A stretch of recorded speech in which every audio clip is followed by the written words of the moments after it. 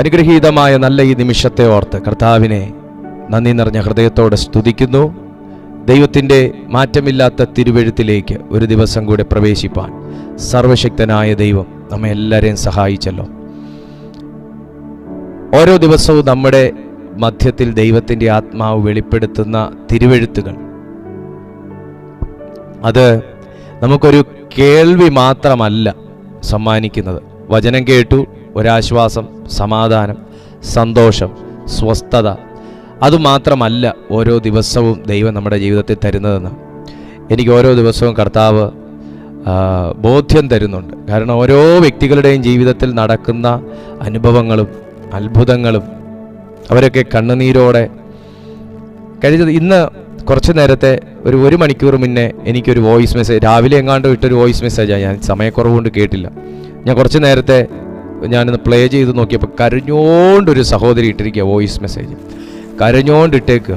കാരണം ജീവിതം കയ്പ് നീരിൻ്റെ അനുഭവത്തിൽ നിന്നിട്ട് എങ്ങനെയോ നമ്മുടെ ഈ ചാനൽ അവരുടെ ശ്രദ്ധയിൽപ്പെട്ടു. അന്ന് തൊട്ട് നമ്മുടെ കൂട്ടായ്മയെ കൂടുന്നു. സന്ദേശങ്ങൾ ഒരെണ്ണം തൊട്ടു, രണ്ടാമത്തെ സന്ദേശത്തിൽ കർത്താവ് തൊട്ടു, മൂന്നാമത്തെ സന്ദേശത്തിൽ തൊട്ടു. പിന്നെ ആൾ അതിനുവേണ്ടി സ്പെൻഡ് ചെയ്യാൻ തുടങ്ങി.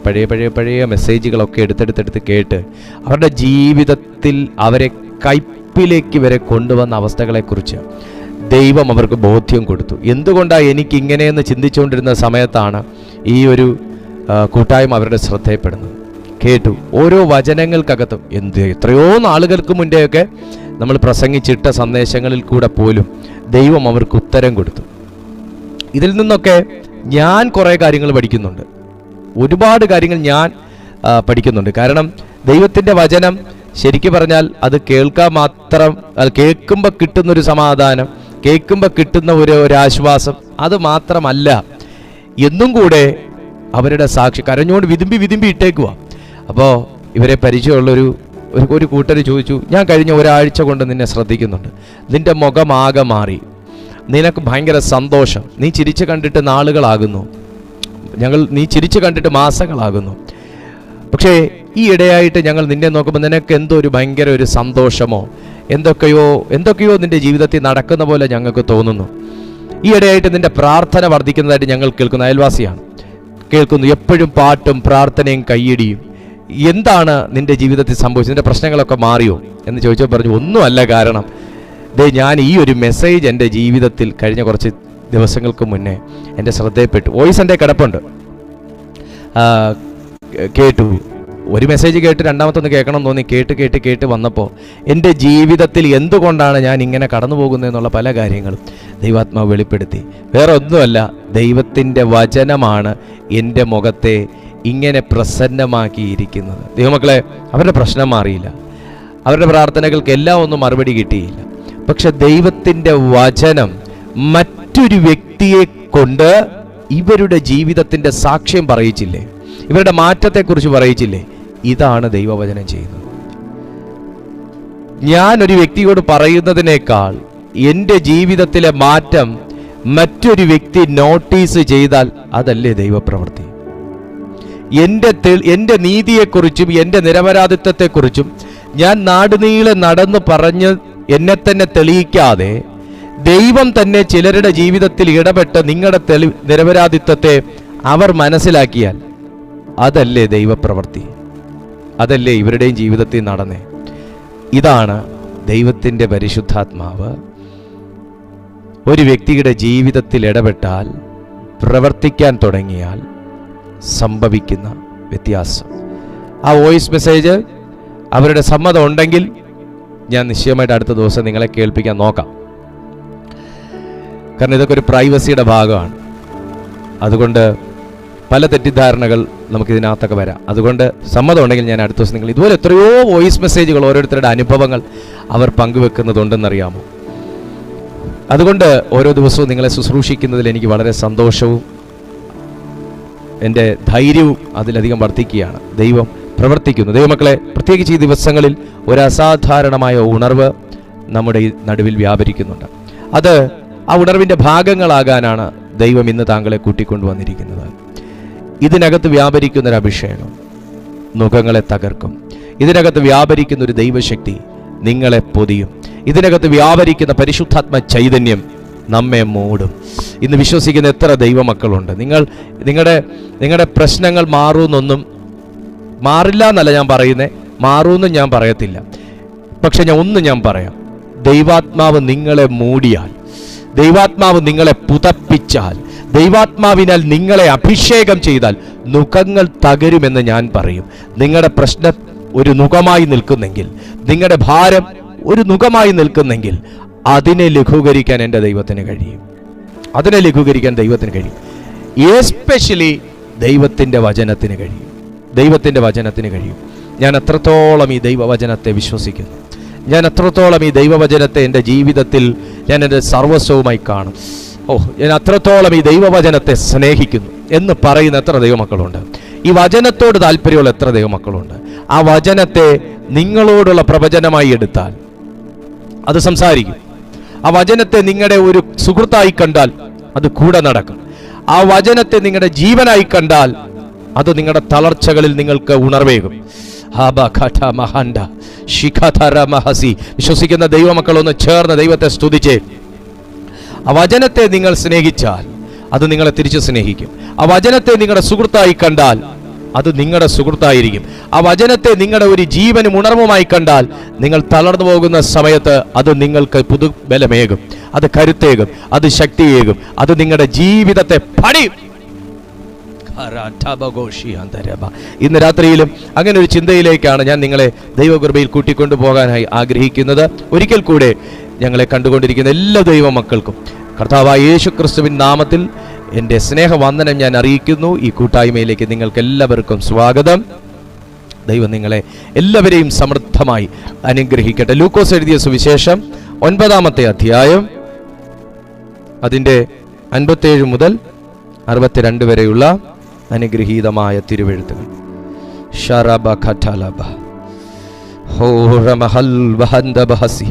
ലൂക്കോസ് എഴുതിയ സുവിശേഷം 9-ാമത്തെ അധ്യായം അതിൻ്റെ 57 മുതൽ 62 വരെയുള്ള തിരുവചനങ്ങൾ. എല്ലാ ദൈവമക്കളും തിരുവെഴുത്ത് തുറന്ന്, എല്ലാ ദൈവമക്കളും നിങ്ങളെല്ലാവരും ബൈബിൾ എടുത്ത് വെച്ചിട്ടുണ്ടോ? ഉണ്ടെങ്കിൽ ദൈവമക്കൾ എല്ലാവരും ഒന്ന് തുറന്നേ. അതൊരു സന്തോഷമാണ്. അതൊക്കെ ഒരു ഒരുക്കമാണ്. ഭാഷാഖാര മൊഹോസിയ. Thank you. അവർ വഴി പോകുമ്പോൾ, ഗ്ലോറി ടു ജീസസ്, ലേബ്രാഖാറ്റോ ഷറ്റലേഗോ. ഓക്കെ. അവർ വഴി പോകുമ്പോൾ ഒരുത്തൻ അവനോട്, നീ എവിടെ പോയാലും ഞാൻ നിന്നെ അനുഗമിക്കാം എന്ന് പറഞ്ഞു. യേശു അവനോട്, കുറുനരികൾക്ക് കുഴിയും ആകാശത്തിലെ പറവജാതികൾക്ക് കൂടുമുണ്ട്, മനുഷ്യപുത്രനോ തലചായ്പാൻ സ്ഥലമില്ല എന്ന് പറഞ്ഞു. വേറൊരുത്തനോട്, എന്നെ അനുഗമിക്ക എന്ന് പറഞ്ഞപ്പോൾ അവൻ, ഞാൻ മുൻപേ പോയി എൻ്റെ അപ്പനെ കുഴിച്ചിടുവാൻ അനുവാദം തരേണം എന്ന് പറഞ്ഞു. അവൻ അവനോട്, മരിച്ചവർ തങ്ങളുടെ മരിച്ചവരെ കുഴിച്ചിടട്ടെ, നീയോ പോയി ദൈവരാജ്യം അറിയിക്കുക എന്ന് പറഞ്ഞു. മറ്റൊരുത്തൻ, കർത്താവേ, ഞാൻ നിന്നെ അനുഗമിക്കാം, ആദ്യം എൻ്റെ വീട്ടിലുള്ളവരോട് യാത്ര പറയുവാൻ അനുവാദം തരേണം എന്ന് പറഞ്ഞു. യേശു അവനോട്, കലപ്പയ്ക്ക് കൈവച്ച ശേഷം പുറകോട്ട് നോക്കുന്നവൻ ആരും ദൈവരാജ്യത്തിന് കൊള്ളാവുന്നവനല്ല എന്ന് പറഞ്ഞു. സുവിശേഷങ്ങളിൽ നമ്മൾ ഒത്തിരി പ്രാവശ്യം പ്രസംഗിച്ച് കേട്ടതും ഇന്നും പല അർത്ഥങ്ങളും മറഞ്ഞു കിടക്കുന്നതുമായ അനുഗ്രഹീതമായ ഒരു ഭാഗമാണ് വായിച്ചു കേട്ടത്. ഈ സുവിശേഷങ്ങളിൽ ശിഷ്യത്വം പരീക്ഷിക്കപ്പെടുന്നൊരു ഘട്ടമാണെന്ന് നമുക്കിതിനെ, ഞാൻ വായിച്ച 57 മുതൽ 62 വരെയുള്ള വാക്യത്തിൽ മനസ്സിലാക്കാൻ കഴിയും. ശിഷ്യത്വം പരീക്ഷിക്കപ്പെടുന്നു. 3 വ്യത്യസ്ത വ്യക്തികൾ ഒരേ വഴിയിലേക്കുള്ള ക്ഷണം, ഒരേ ഉദ്ദേശത്തിന് വേണ്ടിയിട്ടുള്ള വിളി, എന്നാൽ അതിനകത്തുള്ള വ്യത്യസ്തമായ മറുപടികൾ, ഇടപെടലുകൾ, ഇതാണ് ഈ തിരുവെഴുത്ത് നമ്മെ പഠിപ്പിക്കുന്നത്. ആർക്കാണ് ക്രിസ്തീയ ജീവിതത്തിൽ ട്രാക്ക് തെറ്റാതെ ഓടാൻ കഴിയുക? എങ്ങനെയാണ് ക്രിസ്തീയ ജീവിതത്തിൽ ഓടേണ്ടത്? ദൈവത്തിൻ്റെ വേലയിൽ നിൽക്കണമെങ്കിലും, ദൈവത്തിൻ്റെ കൃപയിൽ നിൽക്കണമെങ്കിലും, ദൈവത്തിൻ്റെ വചനത്തിൽ നിൽക്കണമെങ്കിലും എന്താണ് വേണ്ടത്? ഇത്യാദി കാര്യങ്ങളെക്കുറിച്ച് നമുക്ക് വളരെ ലഘുവായി മൊത്തത്തിൽ ഉൾപ്പെടുത്തിക്കൊണ്ട് നമുക്കൊന്ന് ചിന്തിക്കാം. എന്താണ് ഇന്നത്തെ ഈ സന്ദേശം കൊണ്ട് അർത്ഥമാക്കുന്നതെന്ന് ചോദിച്ചാൽ, പലരുടെയും കഴുത്ത് പിന്നിലേക്ക് തിരിയാനുള്ള എല്ലാ ലക്ഷണങ്ങളും ഈ അന്ത്യകാലഘട്ടത്തിൽ കണ്ടുവരുന്നുണ്ട്. അന്ത്യകാലത്ത് മനുഷ്യപുത്രൻ വരുമ്പോൾ വിശ്വാസം കണ്ടെത്താനാകുമോ? വിശ്വാസം ഉണ്ടാകുമോ? ആർക്കെങ്കിലുമൊക്കെ വിശ്വാസം അവശേഷിക്കുമോ എന്നുപോലും കർത്താവ് വളരെ ആശങ്കയോടുകൂടെ ഈ ഭൂമിയെ നോക്കി ചോദിക്കുന്നു. ഇന്ന് പലരുടെയും വിശ്വാസം തണുത്തുറഞ്ഞു പോകുന്നു. സ്നേഹം കാണാനില്ല, മനുഷ്യത്വം പാടെ നഷ്ടപ്പെട്ടു, കരുണ ഇല്ല, വിശ്വാസം പേരിന് മാത്രം, ആരാധന വളരെ കുറവ്, അന്യഭാഷ പരിഹാസത്തിന് തുല്യം. ഇങ്ങനെ പല നിലയിൽ ക്രിസ്തീയ സഭകൾ തന്നെ സഭകളെ വലിച്ചു കീറിക്കൊണ്ടിരിക്കുമ്പോൾ, ക്രിസ്തീയ വിശ്വാസികൾ തന്നെ വിശ്വാസികളെ കളിയാക്കുമ്പോൾ, ദൈവത്തെ അറിഞ്ഞവർ തന്നെ അതിന് യോഗ്യമല്ലാതെ നടന്നുകൊണ്ടിരിക്കുമ്പോൾ, ശിഷ്യത്വത്തെ പരീക്ഷിക്കുന്ന ഒരു പ്രധാനപ്പെട്ട ഭാഗത്തെ നമുക്കിവിടെ കാണാൻ കഴിയും. ഒരേ ഒരു രക്ഷകന്റെ അടുത്ത് നിൽക്കുന്ന മൂന്ന് വ്യത്യസ്തരായ വ്യക്തികൾ. 57 വാക്യത്തിലേക്ക് പോകുമ്പോൾ, അവർ വഴി പോകുമ്പോൾ ഒരുത്തൻ അവനോട്, നീ എവിടെ പോയാലും ഞാൻ നിന്നെ അനുഗമിക്കാം എന്ന് പറഞ്ഞു. സമ്മതമാണ് കർത്താവിൻ്റെ പിന്നാലെ വരാൻ. കാര്യം വേറൊന്നുമല്ല, ദൈവത്താൽ നടക്കുന്ന അസാധാരണമായിട്ടുള്ള അത്ഭുതങ്ങളും അടയാളങ്ങളും കണ്ടു. ഈ ഒരുത്തൻ എന്ന് ലൂക്കോസ് പറയുമ്പോൾ, മത്തായി എഴുതിയ സുവിശേഷത്തിൽ മത്തായി വ്യക്തമായിട്ട് ആളാരാന്ന് പറയുന്നുണ്ട്. അത് ശാസ്ത്രിയാണ്, ഒരു ന്യായശാസ്ത്രിയാണ് യേശുവിൻ്റെ പുറകെ പോകാം എന്ന് പറയുന്നത്.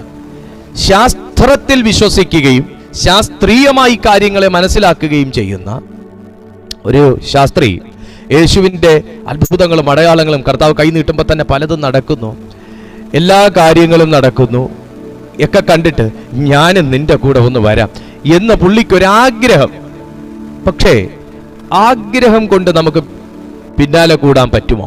എല്ലാവർക്കും ആഗ്രഹമുണ്ട്. എനിക്ക് ഒന്ന് അങ്ങനെ ആയെങ്കിൽ കൊള്ളായിരുന്നു, എൻ്റെ തലമുറയും ഒന്ന് അങ്ങനത്തെ നിലയിൽ നിന്നെങ്കിൽ കൊള്ളായിരുന്നു, എൻ്റെ തലമുറയും കർത്താവിൻ്റെ വേലയിൽ ഒന്ന് ഇറങ്ങിയെങ്കിൽ കൊള്ളായിരുന്നു. ആഗ്രഹമുണ്ട്, എല്ലാവർക്കും ആഗ്രഹമുണ്ട്.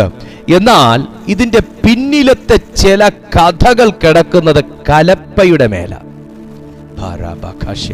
ഞാൻ വളരെ വ്യക്തമായിട്ട് പറയും, ഇന്നത്തെ ഈ സന്ദേശം ചിലരെ ഭയങ്കരമായിട്ട് ഉഴുതുമറിക്കും, ചിലരെ വല്ലാത്ത നിലയിൽ തൊടും, ചിലരുടെ പല രീതികളും ധാരണകളും തന്നെ തെറ്റിപ്പോകും. ഞാനത് ഉറപ്പ് തരുന്നു. സ്തോത്രം. കാരണം അത് ദൈവം അത്ര ശക്തമായിട്ട് എനിക്ക് ഉറപ്പ് തരുന്നത് കൊണ്ടാണ്. ഇവിടെ ഒരു ശാസ്ത്രി പറയുന്നു, ഞാൻ നിന്റെ പിന്നാലെ കൂടാം, ഞാൻ നിന്റെ പിന്നാലെ വരാം, ഞാൻ നിന്നെ അനുഗമിക്കാം. ആ ഒരാഗ്രഹത്തോടെ ഇറങ്ങിയിട്ട് ഇന്ന് ഇറങ്ങണ്ടായിരുന്നു എന്ന് വരെ തോന്നുന്ന നിലയിൽ ആരെങ്കിലും എന്നെ കേൾക്കുന്നുണ്ടെങ്കിൽ നിങ്ങളൊന്ന് നിൽക്കണം. അവൻ വഴി പോകുമ്പോൾ ഒരുത്തൻ അവനോട്, നീ എവിടെ പോയാലും ഞാൻ നിന്നെ അനുഗമിക്കാം.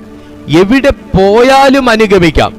പക്ഷെ എന്ത് അനുഭവിച്ചാലും കൂടെ അനുഗമിക്കാമോ എന്ന ചോദ്യത്തിന് ഇവിടെ വലിയ പ്രസക്തിയുണ്ട്. ശാസ്ത്രീയ, ഞാനൊരു കാര്യം അങ്ങയോട് ചോദിക്കട്ടെ, യേശു എവിടെ പോയാലും അനുഗമിക്കാം. പക്ഷേ എന്ത് യേശുവിനെ സംഭവിച്ചാലും, സംഭവിക്കുന്ന ഘട്ടത്തിലും ആ കാഴ്ചയിലും കൂടെ അങ്ങേക്ക് യേശുവിനെ അനുഗമിക്കാൻ പറ്റുമോ? അവിടെ ഒരു ചോദ്യം അങ്ങനെ ബാക്കി കിടപ്പുണ്ട്. ശാസ്ത്രിയുടെ ബന്ധം ഉന്നതന്മാരുമായിട്ടാണ്, ഉന്നത സ്ഥാനീയരുമായിട്ടാണ്, ഉന്നത കുലങ്ങളുമായിട്ടാണ്. ആ ഉന്നതമായ പദവി കണ്ട് ഉന്നതമായ അനുഭവത്തിൽ ജീവിച്ച് അതിൻ്റെ എല്ലാ ശ്രേഷ്ഠതകളിലും നിന്ന് അതിൻ്റെ എല്ലാ സൽഗുണങ്ങൾ മാത്രം ഉൾക്കൊണ്ടുകൊണ്ട് ജീവിച്ച ഒരു വ്യക്തിക്ക് കുറുനരികൾക്ക് കുഴിയും പറവജാതികൾക്ക് കൂടും ഉണ്ട്, മനുഷ്യപുത്രനോ തല ചായ്ക്കാൻ ഇടമില്ല എന്ന് യേശു പറയുമ്പോൾ, അത് ആ ഒരു ഘട്ടത്തിലേക്ക് എത്തുമ്പോൾ അങ്ങേക്ക് എൻ്റെ കൂടെ നിൽക്കാൻ ബുദ്ധിമുട്ടുണ്ടാകും. സ്തോത്രം. ശുശ്രൂഷയ്ക്ക് ആഗ്രഹിക്കുന്ന ഒരു വ്യക്തി, ഒരു ദൈവവേലയ്ക്ക് വേണ്ടി ഇറങ്ങാൻ ആഗ്രഹിക്കുന്ന ഒരു വ്യക്തി, ക്രിസ്തീയ ജീവിതത്തിന്റെ ശക്തി അനുഭവിക്കാൻ ആഗ്രഹിക്കുന്ന ഒരു വ്യക്തി, അഭിഷേകത്തിൽ നിറയാൻ ആഗ്രഹിക്കുന്ന ഒരു വ്യക്തി, പരിശുദ്ധാത്മാവിന്റെ സകല വരങ്ങളും എനിക്ക് ജ്വലിക്കണം, എനിക്കും പ്രയോജനപ്പെടണം, എനിക്കും മറ്റുള്ളവർക്ക് ഒരു ആശ്വാസമായി മാറണം എന്നാഗ്രഹിക്കുന്ന ഒരു വ്യക്തി ഈ സന്ദേശം നിർബന്ധമായും കേട്ടിരിക്കണം. കാരണം കൈ നീട്ടുമ്പോൾ ഉരുണ്ടടിച്ചു വീഴുന്നത് മാത്രമല്ല ശുശ്രൂഷയുടെ ശരിയായ രീതികൾ, അതിൻ്റെ ഒരു ഫേസ് മാത്രമേ നിങ്ങൾ കാണുന്നുള്ളൂ. കൈ നീട്ടുമ്പോൾ ഭൂതങ്ങൾ അലറി മാറുന്നത് മാത്രമല്ല ശുശ്രൂഷയുടെ എല്ലാ വശങ്ങളും. ഒരു ശിഷ്യൻ, ഒരു ദൈവപൈതൽ, ദൈവത്തെ അറിയുന്ന ഒരു വ്യക്തി, കർത്താവിനെ അംഗീകരിച്ച ഒരു വ്യക്തി ഇറങ്ങി പുറപ്പെടുമ്പോൾ മിനിസ്ട്രിയുടെ, ദൈവത്തിൻ്റെ പ്രവർത്തികളുടെ, അനുഭവങ്ങളുടെ ഒരു ഫേസ്, ഒരു പ്രതലം മാത്രമാണ് കാണുന്നത്. കാണാത്ത മറ്റു പ്രതലങ്ങൾ ഉണ്ട്. Glory to Jesus. യേശു ഈ പ്രവൃത്തി ചെയ്തപ്പോഴാണ് ശാസ്ത്രിക്ക് ഒരാശ കയറിയത്. യേശു ആ നിലയിൽ പ്രചരിച്ചപ്പോഴാണ് ആ ഒരാശ കയറിയത്. കർത്താവ് ആ നിലയിൽ ഉപയോഗിക്കപ്പെട്ടപ്പോഴാണ് ആശ കയറിയത്. യേശു ബാലനായിരുന്നപ്പോൾ ഈ ശാസ്ത്രിമാരൊക്കെ എവിടെയായിരുന്നു? ആരാലും അറിയപ്പെടാതിരുന്നപ്പോൾ ഈ ശാസ്ത്രിമാരൊക്കെ എവിടെയായിരുന്നു? യേശു എന്ന ഒരു നാമം പ്രചരിച്ചു തുടങ്ങിയപ്പോഴാണ്, പോസ്റ്ററുകളില്ലാതെ, അഡ്വർടൈസ്മെന്റ് ഇല്ലാതെ, വാമൊഴികളാൽ മാത്രം, ആരുടെ?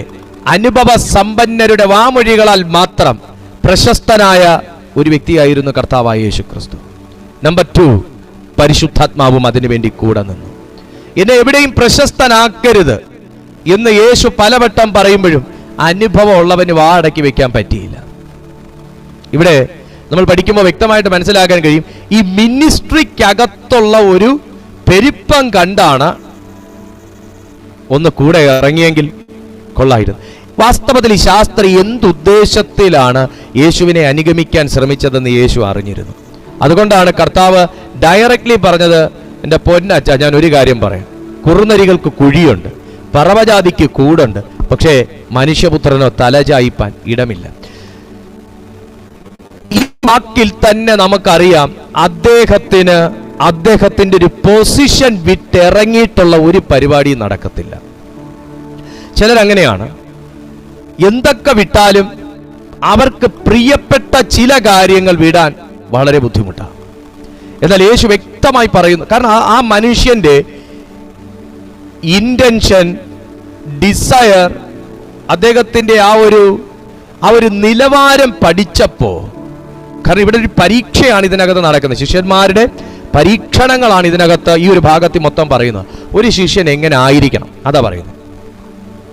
നോക്കുമ്പോൾ കൃത്യം 9 to 5 ആള് വർക്ക് ചെയ്യും.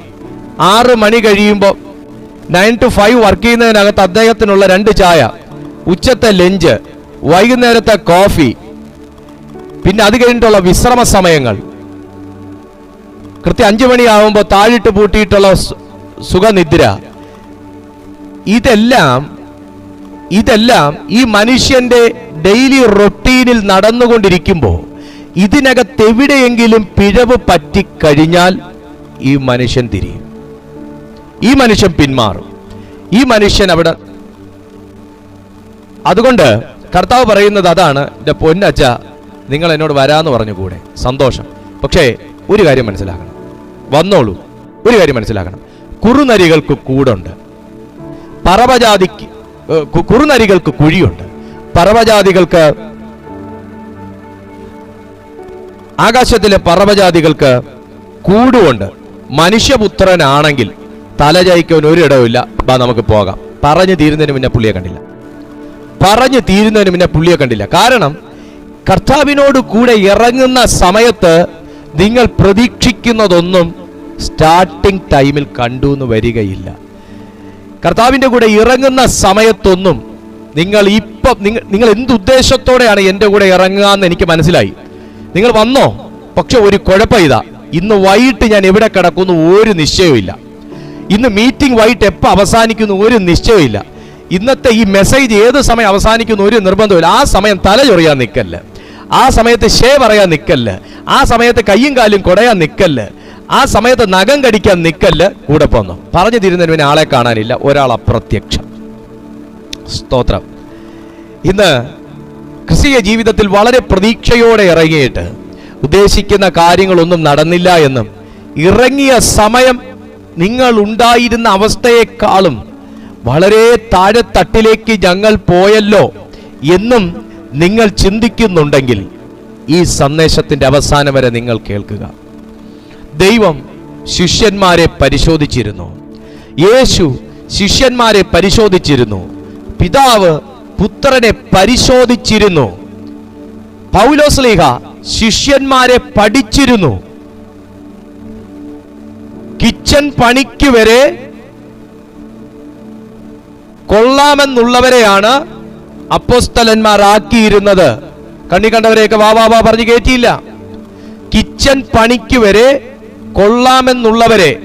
കൊള്ളാമെന്നുള്ളവന്മാരെ തെരഞ്ഞെടുത്ത് ആണ് അപ്പോയിന്റ് ചെയ്തിരുന്നത് അപ്പോസ്തലന്മാർക്ക് ശുശ്രൂഷ ചെയ്യാൻ. ശേഷം ദൈവത്തിന് വേണ്ടി വിളിക്കപ്പെട്ടിരിക്കുന്ന ഞങ്ങൾ പ്രാർത്ഥനയിലും വചനധ്യാനത്തിലും സമയം കഴിച്ചുകൊള്ളാം. ക്രിസ്തീയ ജീവിതത്തിൽ ശുശ്രൂഷയ്ക്ക് നിൽക്കുന്ന വ്യക്തിയാണെങ്കിലും, ദൈവം യൂസ് ചെയ്യാൻ വേണ്ടി വിളിക്കപ്പെട്ടിരിക്കുന്ന വ്യക്തിയാണെങ്കിലും, ദൈവം യൂസ് ചെയ്യുന്നവരെ ശുശ്രൂഷിക്കാനുള്ള വിളിക്കപ്പെട്ടിരിക്കുന്നവനാണെങ്കിലും അഭിഷേകം നിർബന്ധമാണ്, തെരഞ്ഞെടുപ്പ് നിർബന്ധമാണ്, വേർതിരിവ് നിർബന്ധമാണ്. മോനെ, എല്ലാ കാലത്തും നീ കിച്ചണിൽ കിടക്കാനുള്ള അഭിഷേകമല്ല. കിച്ചന്റെ അകത്തുനിന്ന് സ്തേഫാനോസെ പുറത്തേക്ക് വന്ന നിന്നെ കൊണ്ടൊരു ശ്രേഷ്ഠ മിനിസ്ട്രി ചെയ്യാനുള്ള ഒരു അഭിഷേകം കിച്ചന്റെ അകത്തുനിന്നായിരിക്കും പുറപ്പെടുന്നത്. എത്ര പേർക്ക് മനസ്സിലാവുന്നുണ്ട്? ഏറ്റെടുത്തിരിക്കുന്ന കാര്യങ്ങളിൽ വിശ്വസ്തയോടുകൂടെ നീ നിൽക്കുമ്പോൾ എല്ലാ കാലത്തും സ്തേഫാനോസ് കിച്ചന്റെ ഇൻചാർജ്, സ്തേഫാനോസെ കോഫി, സ്തേഫാനോസെ ചോറ്, സ്തേഫാനോസെ ചായ എന്ന് പറഞ്ഞ് വിളിക്കാൻ വേണ്ടിയിട്ടല്ല അതിനകത്തേക്ക് കർത്താവ് കയറ്റിയത്. ഘട്ടമായിട്ട് സ്വർഗം ചിലരെ പരിശോധിക്കും. ടൈം ആകുമ്പോൾ ഒരു സ്തേഫാനോസിനെ പൊക്കും, ഇരട്ടി അഭിഷേകത്തോടെ യൂസ് ചെയ്യും. ഹല്ലേലൂയ. ഇന്ന് രാത്രിയിൽ ഈ സന്ദേശം കേട്ടുകൊണ്ടിരിക്കുമ്പോൾ എല്ലാ കാലവും നീ കിച്ചന്റെ അകത്തല്ല, എല്ലാ കാലവും നിങ്ങൾ ചെയ്തുകൊണ്ടിരിക്കുന്നത് പോലത്തെ അവസ്ഥയല്ല, എല്ലാ കാലവും നിങ്ങൾ പോയിക്കൊണ്ടിരിക്കുന്ന അവസ്ഥയിലല്ല. അവിടുന്ന് നിങ്ങൾക്കൊരു പ്രൊമോഷൻ വേണമെങ്കിൽ നീ ആയിരിക്കുന്ന കിച്ചണിൽ നീ എൻജോയ് ചെയ്യണം. ഹല്ലേലൂയ. ധൃതി അരുത്. ഹല്ലേലൂയ. സ്തേഫാനോസ് അതിനകത്ത് കിടന്നിട്ട് എൻ്റെ ജീവിതം ഈ കരിപ്പാത്രം തേക്കാനാ, എൻ്റെ ജീവിതം എന്നും യുവമാർക്ക് ചോറ് വെച്ച് വിളമ്പാനാ, എൻ്റെ ജീവിതം എന്നും ഈ മീൻ അറുത്തിടാനാ എന്നൊക്കെ പറഞ്ഞ് സ്തേഫാനോസ് അതിനകത്ത് കിടന്ന് ഒന്നുമില്ല. ഓരോ മിനിസ്ട്രി എന്ന് പറഞ്ഞാൽ ശുശ്രൂഷ എന്നാണ്. ഞാൻ എപ്പോഴും പറഞ്ഞില്ല, ഈ മൈക്ക് പിടിച്ച് പ്രസംഗിക്കുന്നത് മാത്രമല്ല ശുശ്രൂഷ എന്ന്. ഞാൻ എപ്പോഴും പറയുന്നൊരു കാര്യം അതാ. ശുശ്രൂഷ എന്ന് പറഞ്ഞാൽ ശുശ്രൂഷിക്കുക. ഹല്ലേലൂയ. Glory to Jesus. ഇത് അതിനകത്തൊരു വചന ശുശ്രൂഷയാണ് എന്ന് മാത്രം. ഇതിനകത്തുകൂടെ ഒരു ശുശ്രൂഷ ഞാൻ നിങ്ങൾക്ക് ചെയ്യുന്നുണ്ട്. നിങ്ങളിൽ പലരുടെയും ചോദ്യങ്ങൾക്ക് കർത്താവ് മറുപടികളായി ഈ വചന ശുശ്രൂഷയിലൂടെ സംസാരിക്കുന്നുണ്ട്. അപ്പൊ സ്തേഫാനോസ് ചെയ്തിരുന്ന കാര്യത്തിനകത്ത് അദ്ദേഹം ഫെയ്ത്ത്ഫുൾ ആയതുകൊണ്ടും ആ ചെയ്തിരുന്നതിനകത്ത് കർത്താവ് നിർത്തിയതാണെന്ന് അദ്ദേഹം തിരിച്ചറിഞ്ഞതുകൊണ്ടും ഇനി അടുത്ത ദൂത് വരുന്നുണ്ട്. അദ്ദേഹത്തെ കർത്താവ് യൂസ് ചെയ്യാനായിട്ട് ഇറങ്ങി. ജീവിതത്തിലൊരു മാറ്റം വേണമെങ്കിൽ ദൈവത്തിൻ്റെ പ്രോസസ് അറിഞ്ഞിരിക്കണം. നമ്മുടെ ലൈഫിൽ ദൈവം ചെയ്യുന്ന പ്രോസസ് അറിഞ്ഞിരിക്കണം. ആ പ്രോസസ് മനസ്സിലാക്കിയാൽ മാത്രമേ നമുക്ക് നിൽക്കാൻ പറ്റൂ. അല്ലെങ്കിൽ നമ്മളൊക്കെ ഇട്ടേച്ചും പോകും. ഇട്ടേച്ചും പോവും. കഴിഞ്ഞ ഏകദേശം 1 മാസങ്ങൾ കൊണ്ട് ദൈവം എന്നെ ഇങ്ങനെയുള്ള കുറേ കാര്യങ്ങളെക്കുറിച്ച് ചിന്തിപ്പിക്കുകയും പഠിപ്പിക്കുകയും മനസ്സിലാക്കുകയും ചെയ്യുന്നു. നമുക്ക് ഒരു ഡോക്ടർ ആകണമെങ്കിൽ പോലും ഇത്ര വർഷം പഠിച്ചാൽ മതി എന്നുണ്ട്. അവരുടനെ ഡോക്ടറാവും. PG ആയി, അത് കഴിഞ്ഞ് പിന്നെ അടുത്തത് അവർ ഇത്ര വർഷം പഠിച്ചാൽ അവർ ഡോക്ടറാവും. പക്ഷേ ഒരു സുവിശേഷകൻ, ഒരു ശുശ്രൂഷകൻ, ഒരു ആത്മീയ മേഖലയിൽ നിൽക്കുന്ന ഒരു വ്യക്തി, ഒരു ദൈവവേലയിൽ നിൽക്കുന്ന ഒരു വ്യക്തി, അവൻ മരണം വരെയും പഠിച്ചുകൊണ്ടേയിരിക്കും. നമ്മുടെ ബൈബിൾ കോളേജിൻ്റെ 5 വർഷം 10 വർഷം 15 വർഷം പഠനം കഴിഞ്ഞാൽ ഉടൻ തീരുന്നൊരു കഥയല്ല ആത്മീയ ശുശ്രൂഷ എന്ന് പറയുന്നത്. അതുകൊണ്ട് ദൈവം ഇതിലെ പ്രാർത്ഥിക്കുന്ന ആൻറ്റി, ആത്മീയ ജീവിതം എന്ന് പറഞ്ഞാൽ പ്രാർത്ഥനയാണ് എൻ്റെ ശുശ്രൂഷ, അവിടെ കൊണ്ട് എൻ്റെ ശുശ്രൂഷ തീർന്നു, അങ്ങനെ കരുതരുത്. നിങ്ങൾ അതിനകത്ത് തുടരുമ്പോൾ ദൈവം അവിടുന്ന് അടുത്തടുത്ത് നിങ്ങളെ കയറ്റും, അവിടുന്ന് നിങ്ങളെ അതിൻ്റെ അടുത്തടുത്ത് കയറ്റും, അവിടുന്ന് നിങ്ങൾ അതിൻ്റെ അടുത്തടുത്ത് കയറ്റും. എല്ലാ കാലവും പ്രാർത്ഥനാ വിഷയങ്ങൾ പറയാൻ വേണ്ടി മാത്രമല്ല സ്വർഗം നിങ്ങളെ ഈ ശ്രേഷ്ഠ പദവിയിലേക്ക് വിളിച്ചിരിക്കുന്നത്. അപ്പൊ ഞാനും അനുഗമിക്കാം. അപ്പൊ പറഞ്ഞു, അച്ഛൻ അനുഗമിച്ചു, പക്ഷെ ഒരു കാര്യം, ഇന്ന് വൈകുന്നേരം എവിടെ ഉറങ്ങുമെന്ന് എനിക്ക് ഒരു നിശ്ചയവും ഇല്ല, നമുക്ക് പോകാം. അപ്പോൾ ഐ ആം സോറി, എനിക്ക് ഡൺലപ്പിന്റെ മെത്തയിൽ കിടക്കാതെ ഉറക്കം വരില്ല. അച്ഛൻ പോയിക്കോ, ഞാൻ ഈ റൂട്ടാണ്. കർത്താവ് അവിടുന്ന് പിരിഞ്ഞു. നോക്ക്, സുഖലോലുപതകൾ വിട്ട് ഒരു വ്യക്തിക്ക് ഇറങ്ങാൻ കഴിയുമ്പോഴാണ് യേശുവിന്റെ ആഴങ്ങളെ പറ്റി നമുക്ക് മനസ്സിലാക്കാനായിട്ട് കഴിയുക. യേശുവിന്റെ ആഴങ്ങളെ പറ്റി മനസ്സിലാക്കാനായിട്ട് കഴിയുക. നമുക്ക് ശരിക്കും പറഞ്ഞാൽ ഈ സ്റ്റേജിൽ നിൽക്കുന്ന, അങ്ങനെ നിന്ന് വളരെ ഹാപ്പി ആയിട്ട് പ്രസംഗിക്കുന്ന ശുശ്രൂഷകരെയാണ് നമുക്കറിയാന്നുള്ളത്. പക്ഷെ അതിൻ്റെ ഒരു ഫേസ് ആണ്. അത് നിങ്ങളുടെ മുന്നിൽ വരാൻ വേണ്ടി അവർ നല്ല രീതിയിൽ ഒരുങ്ങുന്നു, നല്ല വസ്ത്രം ധരിക്കുന്നു, എങ്കിലേ ഞാൻ അക്സെപ്റ്റ് ചെയ്യുള്ളൂ. എല്ലാം മനസ്സിലാക്കണമല്ലോ. എങ്കിലേ ഞാൻ അക്സെപ്റ്റ് ചെയ്യുള്ളൂ. ഒന്നും ഇല്ലാത്തൊരു രീതിയിൽ വന്ന ഒരാൾ പ്രസംഗിച്ചാൽ ആരെങ്കിലും നോട്ടീസ് ചെയ്യോ? ഇല്ല. എങ്കിലേ ഞാൻ അക്സെപ്റ്റ് ചെയ്യുള്ളൂ. പക്ഷേ അതിൻ്റെ പിന്നിൽ യേശു ചെയ്തിരുന്നത് പോലെ ഒരു വളരെ കഠിനമായിട്ടുള്ളൊരു പ്രാർത്ഥനയും സഹനങ്ങളും അതിൻ്റെ പിന്നിലുണ്ടെന്ന് ഓർക്കുക. ഏതൊരു വ്യക്തിയുടെയും വളരെ സത്യസന്ധമായി സുവിശേഷ വേല ചെയ്യുന്നു ഏതൊരു വ്യക്തിയുടെയും പിന്നിൽ വെറുതെ ഒരു ചർച്ച ഓടില്ല, വെറുതെ ഒരു കൂട്ടായ്മ ഓടില്ല, വെറുതെ ഒരു ശുശ്രൂഷകൻ നിൽക്കില്ല. അതിൻ്റെ പിന്നിൽ വളരെ കഠിനമായ ചില പ്രാക്ടീസ്, ചില എക്സസൈസുകൾ, ചില ഒരുക്കങ്ങൾ ആ മനുഷ്യൻ ചെയ്യേണ്ടതായിട്ടുണ്ട്. പറഞ്ഞു, ഐ ആം സോറി, എനിക്ക് നടുവേദന ഉള്ളതാണ്, അതുകൊണ്ട് മെത്തയിൽ കിടക്കാതെ എനിക്ക് ഉറക്കം വരില്ല. ഞാൻ വിചാരിച്ചു ഇത്രയും വലിയ ഫയർ മിനിസ്ട്രിയൊക്കെ ചെയ്യുമ്പോൾ കർത്താവ് വളരെ AC റൂമിലാണ് കിടക്കുന്നത് ഞാൻ കരുതിയിരുന്നു. ശരിയാച്ചാ, നമുക്ക് ഇനി വരുമ്പോൾ കാണാം. കർത്താവും പറഞ്ഞു ഗുഡ് ബൈ, അയാളെ വിട്ടു. രണ്ടാമത് താഴേക്ക് വരുമ്പോൾ പറയുന്നു യേശു അവനോട്, അത് കഴിഞ്ഞു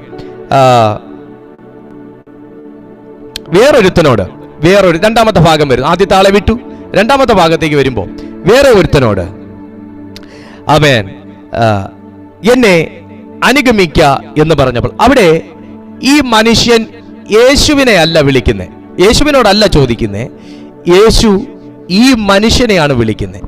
2 കൂട്ടരും ഇന്ന് ഈ പ്ലാറ്റ്ഫോമിൽ ഉണ്ടാവും. ഞാൻ ഈ പറഞ്ഞ 2 കൂട്ടരും, ഈ പറഞ്ഞു തുടങ്ങി 2 കൂട്ടർ ഈ പ്ലാറ്റ്ഫോമിൽ ഉണ്ടാകും. ഒന്ന്, ഇത് കൊള്ളാം പരിപാടി, ഈ കൂട്ടത്തിൽ കൂടിയാൽ ചിലപ്പോൾ പ്രാർത്ഥനയ്ക്ക് ഫലം കിട്ടുമായിരിക്കും, ഈ കൂട്ടത്തിൽ കൂടിയാൽ ചിലപ്പോൾ കാര്യം നടക്കുമായിരിക്കും, ഈ വ്യക്തിയെ കൊണ്ട് പ്രാർത്ഥിപ്പിച്ചാൽ ചിലപ്പോൾ എന്തെങ്കിലും നടന്നേക്കും. ഇങ്ങനെ ഒരു ചിന്ത ഒരു വ്യക്തിയിലുണ്ടാകും. 2, അതിയായ നിർബന്ധം പരിശുദ്ധാത്മാവിനാൽ ഉള്ളത്തിൽ വന്നിട്ട് ഉള്ളതും കൂടെ വിട്ടുകളഞ്ഞിട്ട് യേശു വിളിച്ച, ഇറങ്ങി വരാൻ വേണ്ടി യേശു വിളിച്ച ചില വ്യക്തികൾ ഇവിടെ ഉണ്ടാവും. ഇവിടെ ഒരു വിളിയാണ് കാണുന്നത്, പക്ഷെ കൂടെ പോണില്ല. ഇവിടെ ഒരു വിളിയാ കാണുന്നത്, എന്നെ അനുഗമിപ്പിൻ. ഇവിടെ ഒരു വിളി നമുക്ക് കാണാം, പക്ഷേ കൂടെ പോകുന്നില്ല. എന്നെ അനുഗമിപ്പിൻ എന്ന് പറഞ്ഞു. എന്നെ അനുഗമിക്കുക എന്ന് പറഞ്ഞപ്പോൾ അവൻ, ഞാൻ മുൻപേ പോയി എൻ്റെ അപ്പനെ കുഴിച്ചിടുവാൻ അനുവാദം തരേണം എന്ന് പറഞ്ഞു. ഞാൻ മുൻപേ പോയി എൻ്റെ അപ്പനെ കുഴിച്ചിടുവാൻ അനുവാദം തരേണം എന്ന് പറഞ്ഞു. ഞാനൊരു ചോദ്യം ചോദിക്കട്ടെ. കർത്താവ് ഒരു മരണസ്ഥലത്തല്ല വന്നത്, കർത്താവ് വഴി പോകുകയായിരുന്നു. അപ്പൻ മരിച്ച ഒരു വ്യക്തി എന്തായാലും തെരുവിൽ പോയി നിൽക്കേണ്ടതോ കവലയിൽ പോയി വെറുതെ വായി നോക്കി നിൽക്കേണ്ടതോ ആയിട്ടുള്ള ഒരു കാര്യം ഇല്ല. ബോഡി വീട്ടിൽ കിടപ്പുണ്ടെങ്കിൽ മകൻ അവിടെ നിൽക്കണം. ഈ മകനെ കർത്താവ് വഴിയിൽ വെച്ചാണ് കാണുന്നത്. അപ്പൊ സാധനം വാങ്ങാൻ വേണ്ടി പോയതുമല്ല, എന്തെങ്കിലും ഒരു പ്രവൃത്തിയിൽ ഏർപ്പെട്ടുകൊണ്ട് നിൽക്കുന്ന ഒരു വ്യക്തിയോടല്ല കർത്താവ് വിളിക്കുന്നത്. അവിടെ വഴിയിൽ നിന്ന ഒരു വ്യക്തിയാണ് യേശു വിളിക്കുന്നത്, അനുഗമിക്കുക. ഉടനെ മറുപടി ഇതാണ്, എൻ്റെ അപ്പനെ കുഴിച്ചിടാൻ ഒരു അനുവാദം തരാം. അതിൻ്റെ അർത്ഥം പറയാതെ പറയുകയാണ്, അയ്യോ എൻ്റെ അപ്പൻ മരിച്ചുപോയി, അതുകൊണ്ട് ഇന്ന് ചെറിയ ബുദ്ധിമുട്ടുണ്ട്, കുഴിച്ചിട്ടൊക്കെ കഴിഞ്ഞ് അതിൻ്റെ ബാക്കി പ്രാർത്ഥനയും കാര്യങ്ങളൊക്കെ കഴിഞ്ഞിട്ട് പിന്നെ ഞാൻ ഇപ്പം ചെയ്തുകൊണ്ടിരിക്കുന്ന ജോലി നഷ്ടപ്പെടുകയാണെങ്കിൽ ഞാൻ വരാം, അന്നേരം നമുക്ക് ബാക്കി സാലറിയും കാര്യങ്ങളൊക്കെ സംസാരിക്കാം. ഇതാണ് അദ്ദേഹത്തിൻ്റെ കുഴിച്ചിടാൻ അനുവാദം തരണേ എന്ന വാക്കിൻ്റെ അർത്ഥം. ഒരു പണിയും ഇല്ലാത്തവർക്ക് ചെയ്യാൻ കഴിയുന്ന ഒരു ജോലിയല്ല സുവിശേഷ വേല. പ്രത്യേകിച്ച് ഫ്രീ ടൈം ഉണ്ട്, എന്നാ പിന്നെ ഒരു സുവിശേഷ വേല ചെയ്ത് കളയാം, അന്നേരം ചെയ്യാൻ പറ്റുന്ന ഒരു ജോലിയല്ല സുവിശേഷ വേല. പെൻഷൻ വരുന്നുണ്ട്, പിന്നെ വേറെ പ്രത്യേകിച്ച് പണിയൊന്നുമില്ല, എന്നാ പിന്നെ സുവിശേഷ വേല ചെയ്ത് കളയാം, ചെയ്യാൻ പറ്റുന്ന ഒരു ജോലിയല്ല സുവിശേഷ വേല. ദൈവമക്കളെ, ആദ്യം ഒരു വ്യക്തി പറഞ്ഞു, ഞാൻ നിന്നെ അനുഗമിക്കാം. വിളിയില്ല, ആ വ്യക്തിയുടെ മേൽ വിളിയില്ല, നിൽക്കാൻ ഒക്കത്തിൽ. അനുഗമിക്കുന്നതിനൊന്നും പ്രശ്നമില്ല, കർത്താവിനെ അനുഗമിക്കുന്നതിനൊന്നും പ്രശ്നമില്ല. പക്ഷേ വഴിമധ്യേ ഈ മനുഷ്യൻ ഇട്ടിട്ട് പോകുന്ന കർത്താവിനെ അറിയാം, നന്നായിട്ട് അറിയാം. കാരണം ആ മനുഷ്യൻ ജനിച്ചു വളർന്നു വന്ന രീതി, പശ്ചാത്തലം, അദ്ദേഹത്തിന്റെ സുഖ സൗകര്യങ്ങൾ, അദ്ദേഹത്തിനുള്ള ബന്ധങ്ങൾ, അദ്ദേഹം ഒരിക്കലും ഒരു ഉന്നത ജാതീയന്മാരുമായിട്ടല്ല മിനിസ്ട്രിയിൽ ബന്ധം. അദ്ദേഹം ഏറ്റവും ഒന്നും ഇല്ലാത്ത ചില വ്യക്തികളുമായിട്ടാണ് ദൈവം കണക്ട് ചെയ്യാൻ പോകുന്നതെങ്കിൽ, ഒന്നുമില്ലാത്ത വ്യക്തികളുമായിട്ടാണ് കർത്താവ് കണക്ട് ചെയ്യാൻ പോകുന്നതെങ്കിൽ, ഇന്ന് വൈകിട്ട് എന്നെ ഒരു ആൻറ്റി പ്രാർത്ഥിക്കാൻ വിളിച്ചു. സംസാരിച്ചുകൊണ്ടിരുന്നപ്പോൾ എൻ്റെ കണ്ണ് നിറഞ്ഞു. കാരണം അവരെന്നോട് സംസാരിച്ച് തുടങ്ങുമ്പോൾ തന്നെ അവരെന്നെ ഒത്തിരി വട്ടം വിളിച്ചു, എനിക്ക് എടുക്കാൻ പറ്റിയില്ല. അന്നേരം ഒരു കോള് വന്നു, അല്പം ഒരു ഫ്രീ ടൈം കിട്ടിയപ്പോൾ ഞാൻ പെട്ടെന്ന് ഫോൺ എടുത്തപ്പോൾ കരഞ്ഞോണ്ട്, ഫോൺ എടുത്തതിലുള്ള സന്തോഷം കരഞ്ഞോണ്ട് അവർ പറയാം, അശ്രേ എന്ന് പറഞ്ഞാൽ വിങ്ങി കാര്യം പറയുന്നു. കാര്യങ്ങളൊക്കെ പറഞ്ഞിട്ട് ഞാൻ ചോദിച്ചു എവിടാ വീട്, കാരണം റേഞ്ച് കട്ടായി പോകുന്നു സംസാരിക്കും. എവിടാ വീട്? അത് പക്ഷേ ഇടുക്കിയിലാണ് വീട്, ഇടുക്കിയിൽ ഒരു കുഗ്രാമത്തിലാണ് എന്നൊക്കെ പറഞ്ഞ് അങ്ങ് കരഞ്ഞ് പറഞ്ഞിട്ട് അവസാനം പറയുക, ഞാൻ പറഞ്ഞു ഒരു ഗ്ലാസ് വെള്ളം എടുക്കാൻ വേണ്ടിയിട്ടാണ് ഞാൻ ചോദിച്ചത്, വീട്ടിനകത്താണോ എന്ന് ചോദിച്ചു. അപ്പോൾ നല്ല പാസ്റ്റേ, ഞാൻ പാസ്റ്റർ ഫോൺ എടുത്തപ്പോൾ ഓടി ഒത്തിരി ഉയർന്ന ഒരു പ്രദേശത്തേക്ക് ഞാനിപ്പോൾ കയറി വന്നേക്കുക, ഞങ്ങളുടെ വീട്ടിന് വഴിയൊന്നുമില്ല പാസ്റ്റർ, ഒരു പാറയിൽ ഇരുന്ന് ഞെരങ്ങി ഇറങ്ങി വേണം ഞങ്ങളുടെ വീടിനകത്തേക്ക് കയറാൻ. നിങ്ങളൊന്ന് ചിന്തിച്ചാൽ മതി, നമുക്ക് ദൈവം തന്നേക്കുന്ന സുഖ സൗകര്യങ്ങൾ ഒന്ന് ചിന്തിച്ചാൽ മതി. ആരും പാറയിൽ ഇരുന്ന് നിരങ്ങി ഇറങ്ങി വീട്ടിലേക്ക് കയറുന്ന ഒരവസ്ഥയിലുള്ളവരും ഇതിനകത്ത് കാണുമോ എന്തോ. അവർക്കൊരു ഫോണില്ല, മകൾ എപ്പോഴോ കൊടുത്ത ഒരു ഫോണ് നിലത്തൊക്കെ വീണ് പൊട്ടി നാശമായി, റബ്ബർ ബാൻഡ് ഇട്ട് കെട്ടി വെച്ചിട്ടാണ് അവർ ആ ഫോൺ യൂസ് ചെയ്യുന്നത്. ഹല്ലേലൂയ.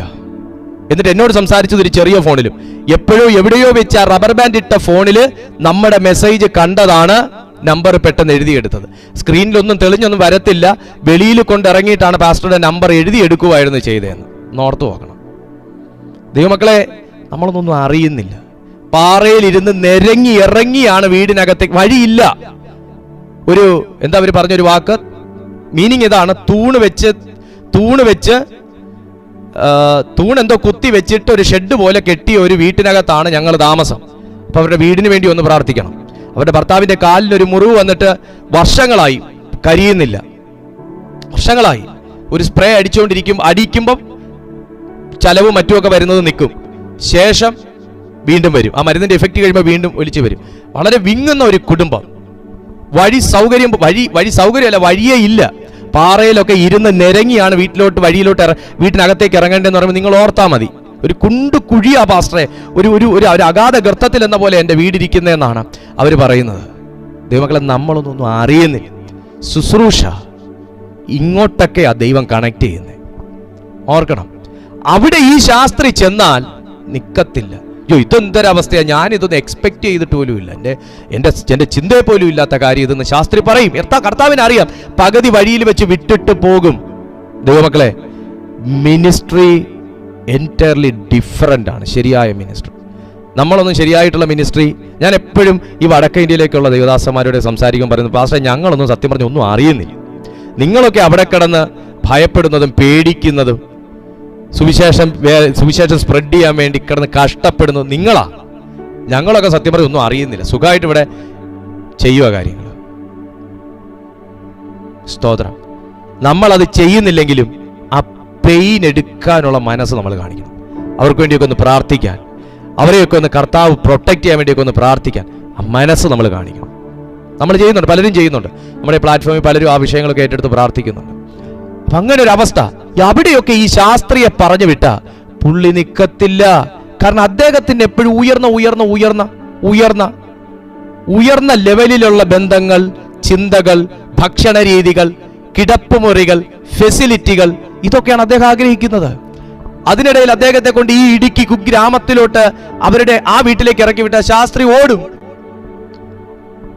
അതുകൊണ്ട് പറഞ്ഞു, രണ്ടാമത്തെ ആൾക്ക് ക്ഷണം വന്നു, ഒന്നാമത്തെ ആൾക്ക് താല്പര്യമുണ്ട് പക്ഷെ വിളിയില്ല. രണ്ടാമത്തെ ആൾക്ക് ക്ഷണം വന്നു, എന്നെ അനുഗമിപ്പിൻ. അച്ഛനെ വീട്ടിൽ ഇട്ടിട്ട് പുള്ളി കവലയിൽ വന്ന് കുശലം പറഞ്ഞുകൊണ്ട് നിൽക്കുവോ?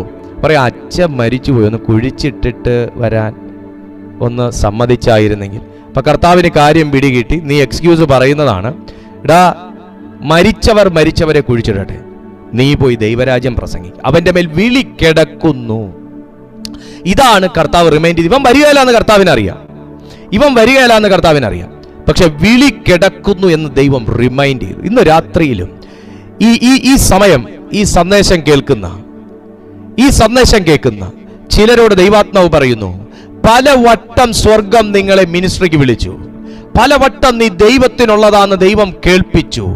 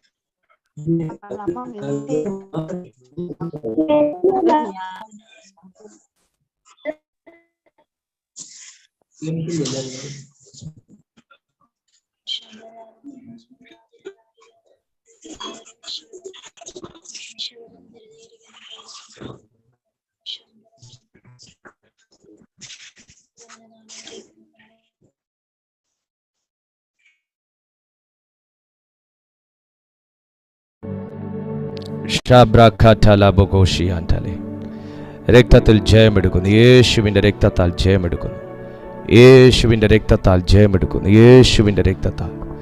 ഷർബ ഖണ്ഡല ബ്രൈഠ ലബാഷഠാല ബൗഠന സിയാന്ത ഷഖാദൽ ഖബാധ സേന്ദ രേഹസി എല്ലാവരും ഒന്ന് ആത്മഭാഷയിൽ പ്രാർത്ഥിച്ച ദൈവമക്കളെ.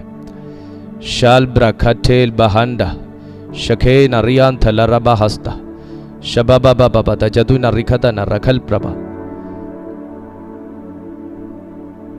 യേശു ഹോഷിയാന്ദേ ഷാബ്ര ഖൻഠേ ലിബ്രോഹോ സിഖേന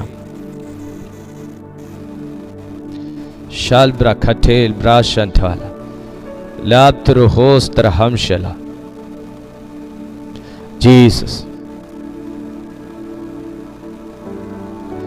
ഷാബ്ര ഖൻഠലേബോ ജീസസ്. യേശുവേ നന്ദിയോടെ സ്തുതിക്കുന്നു. Thank you God.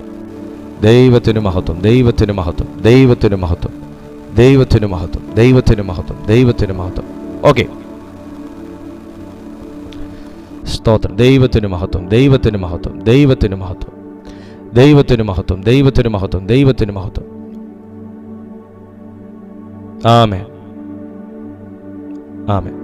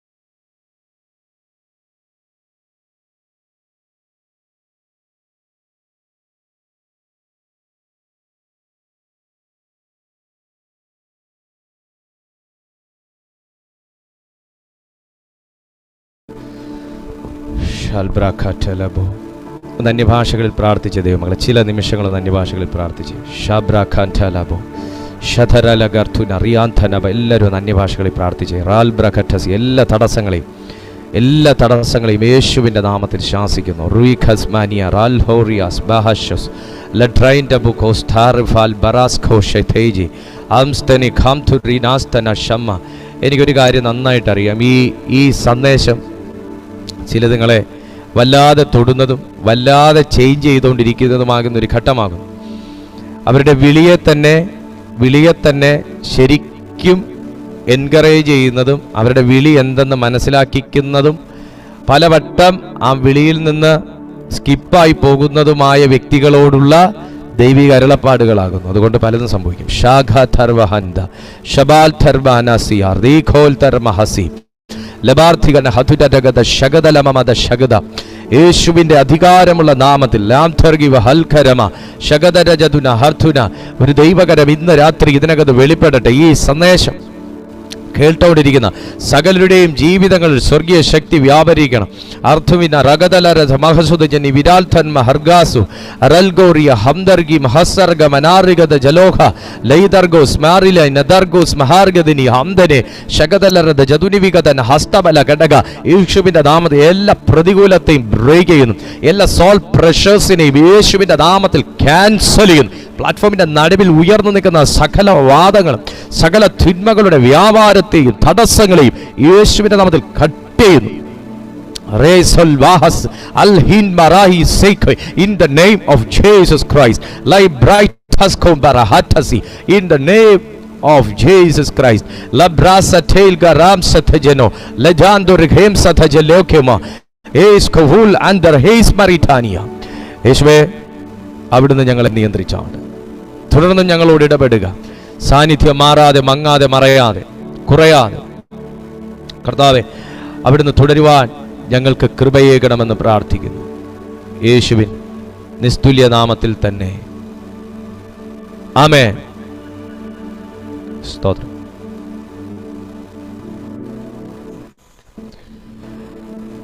ഇന്നത്തെ ഈ സന്ദേശം വ്യക്തമായും ചിലരോടുള്ള ആലോചനയാണ്. പലവട്ടം ദൈവശബ്ദങ്ങൾ നിങ്ങൾ പല കോണിൽ നിന്ന് കേട്ടിട്ടും നിങ്ങൾ ദൈവം തെരഞ്ഞെടുത്ത വ്യക്തിയാണെന്നും ദൈവം വിളിച്ച വ്യക്തിയാണെന്നും ദൈവം പലവട്ടം പറഞ്ഞിട്ടും സ്കിപ്പായി പലതിനെ ചൊല്ലി, പല കാരണം ചൊല്ലി, പലരെയും കാരണമായി ചൊല്ലി നിങ്ങൾ മാറി പോയ വ്യക്തിയാണെങ്കിൽ ദൈവം ആ വിളിയെ ഇന്ന് ഓർമ്മിപ്പിക്കുന്നു. താഴേക്ക് വായിക്കുമ്പോൾ അടുത്ത വാക്ക് നമുക്ക് കാണാൻ കഴിയും. ആരും പറയാതെ ഒരു വ്യക്തി വീണ്ടും യേശുവിൻ്റെ അടുത്ത് വരികയാണ്. 61-ാമത്തെ വാക്യമാണത്. കർത്താവേ, ഞാൻ നിന്നെ അനുഗമിക്കാം. പക്ഷേ ആദ്യം എൻ്റെ വീട്ടിലുള്ളവരോട് യാത്ര പറയുവാൻ അനുവാദം തരേണം എന്ന് പറഞ്ഞു. യേശു അവനോട്, കലപ്പയ്ക്ക് കൈവച്ച ശേഷം പുറകോട്ട് നോക്കുന്നവൻ ആരും ദൈവരാജ്യത്തിന് കൊള്ളാവുന്നവനല്ല എന്ന് പറഞ്ഞു. ദൈവങ്ങളെ, ഈ വാക്യം വളരെ ശ്രദ്ധേയമാണ്. തിരിഞ്ഞു നോക്കരുത് എന്ന ഒരു കൽപ്പന നമുക്ക് തന്നിരിക്കുന്ന ഒരു കർത്താവുണ്ട്. എന്താണ് കലപ്പ, കൈവയ്ക്കുക, തിരിഞ്ഞു നോക്കുക എന്നൊക്കെ പറയുന്നത്? കലപ്പ പാരമ്പര്യമായി പണ്ട് നാളുകളിൽ, അതായത് യന്ത്ര സംസ്കാരം നമ്മുടെ ജീവിതത്തിൽ വരുന്നതിന് മുൻപേ കർഷകർ ഉപയോഗിച്ചുകൊണ്ടിരുന്ന നിലം ഉഴുതുമറിക്കുന്ന ഒരു മരത്തടിയാലുള്ള ഒരു ഉപകരണമാണ് കലപ്പ. പാശ്ചാത്യ നാടുകളിലും ഈ കലപ്പ ഉണ്ടായിരുന്നു. ഇരുവശങ്ങളിലേക്കും രണ്ട് ദിക്കുകളിലേക്ക് വിരിഞ്ഞിരിക്കുന്ന ഒറ്റത്തടിയോടുകൂടിയ കമ്പുകൾ വെട്ടിയെടുത്ത കലപ്പ പണ്ട് നാളുകളിലും ഉണ്ടായിരുന്നു. നിങ്ങളത് 1 രാജാക്കന്മാരുടെ പുസ്തകം 19:19 വായിക്കുമ്പോൾ ഏലീശ ഇതേ കലപ്പ ഉപയോഗിച്ച് ഉഴുന്നതായിട്ട് നമുക്ക് കാണാനായിട്ട് കഴിയും. ഒരു കാര്യം ഞാൻ പറയട്ടെ, കലപ്പമേൽ കൈവച്ചവൻ അവൻ ഒരു വിതയ്ക്കും ഒരു കൊയ്ത്തിനും അവകാശമുള്ളവനാണ്, കർഷകനാണ്.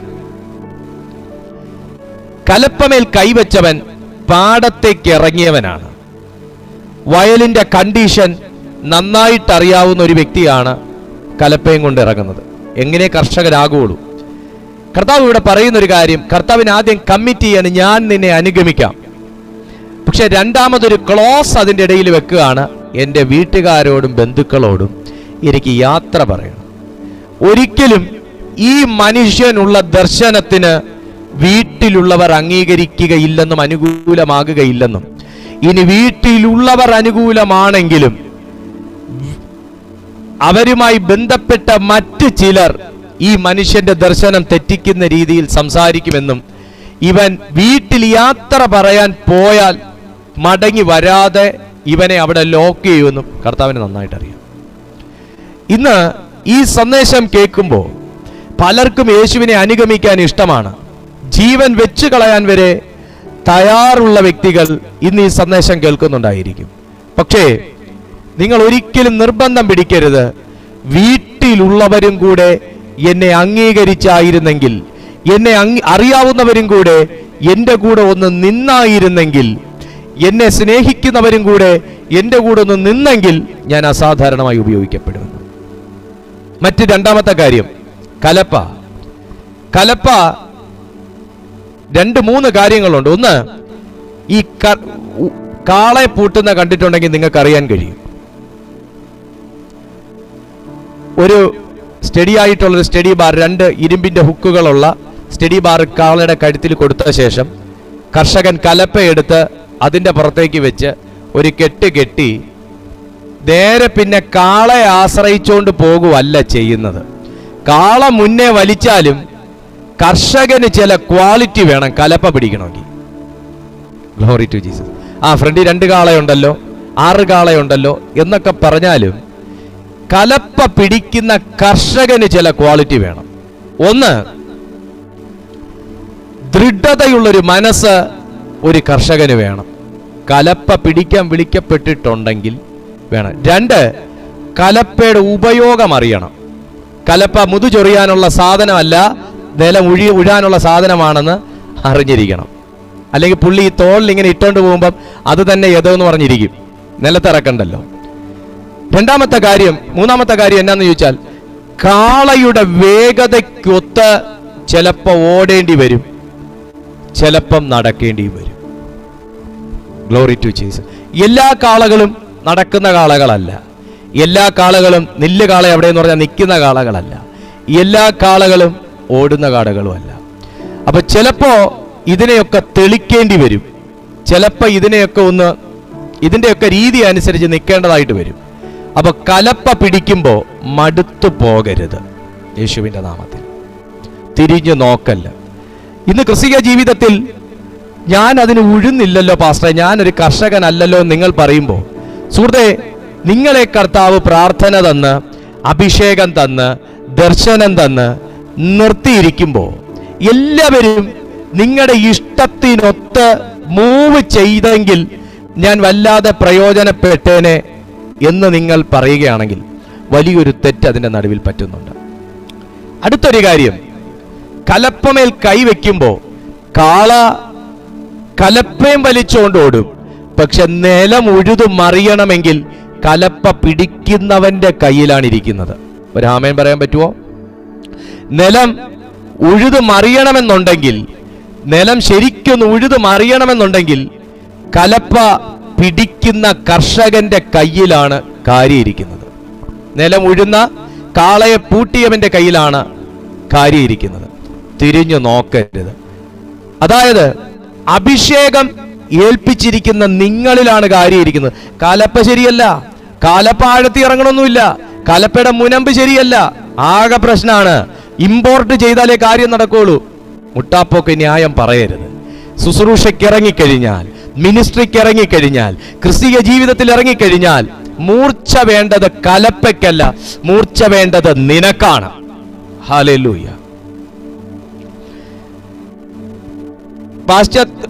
നമ്മൾ ചരിത്രം പഠിക്കുമ്പോൾ അറിയാം, പണ്ടുള്ള കലപ്പ മണ്ണിൽ ആഴത്തിൽ ഇറങ്ങുന്ന കലപ്പയല്ല, മണ്ണ് വെട്ടിമുറിച്ച് ആഴത്തിൽ ഇറങ്ങിപ്പോകുന്ന കലപ്പയല്ല, ഉറച്ച മണ്ണുകളാ ഇറങ്ങിപ്പോകുന്ന ഇതല്ല. കാളയ്ക്കൊത്ത്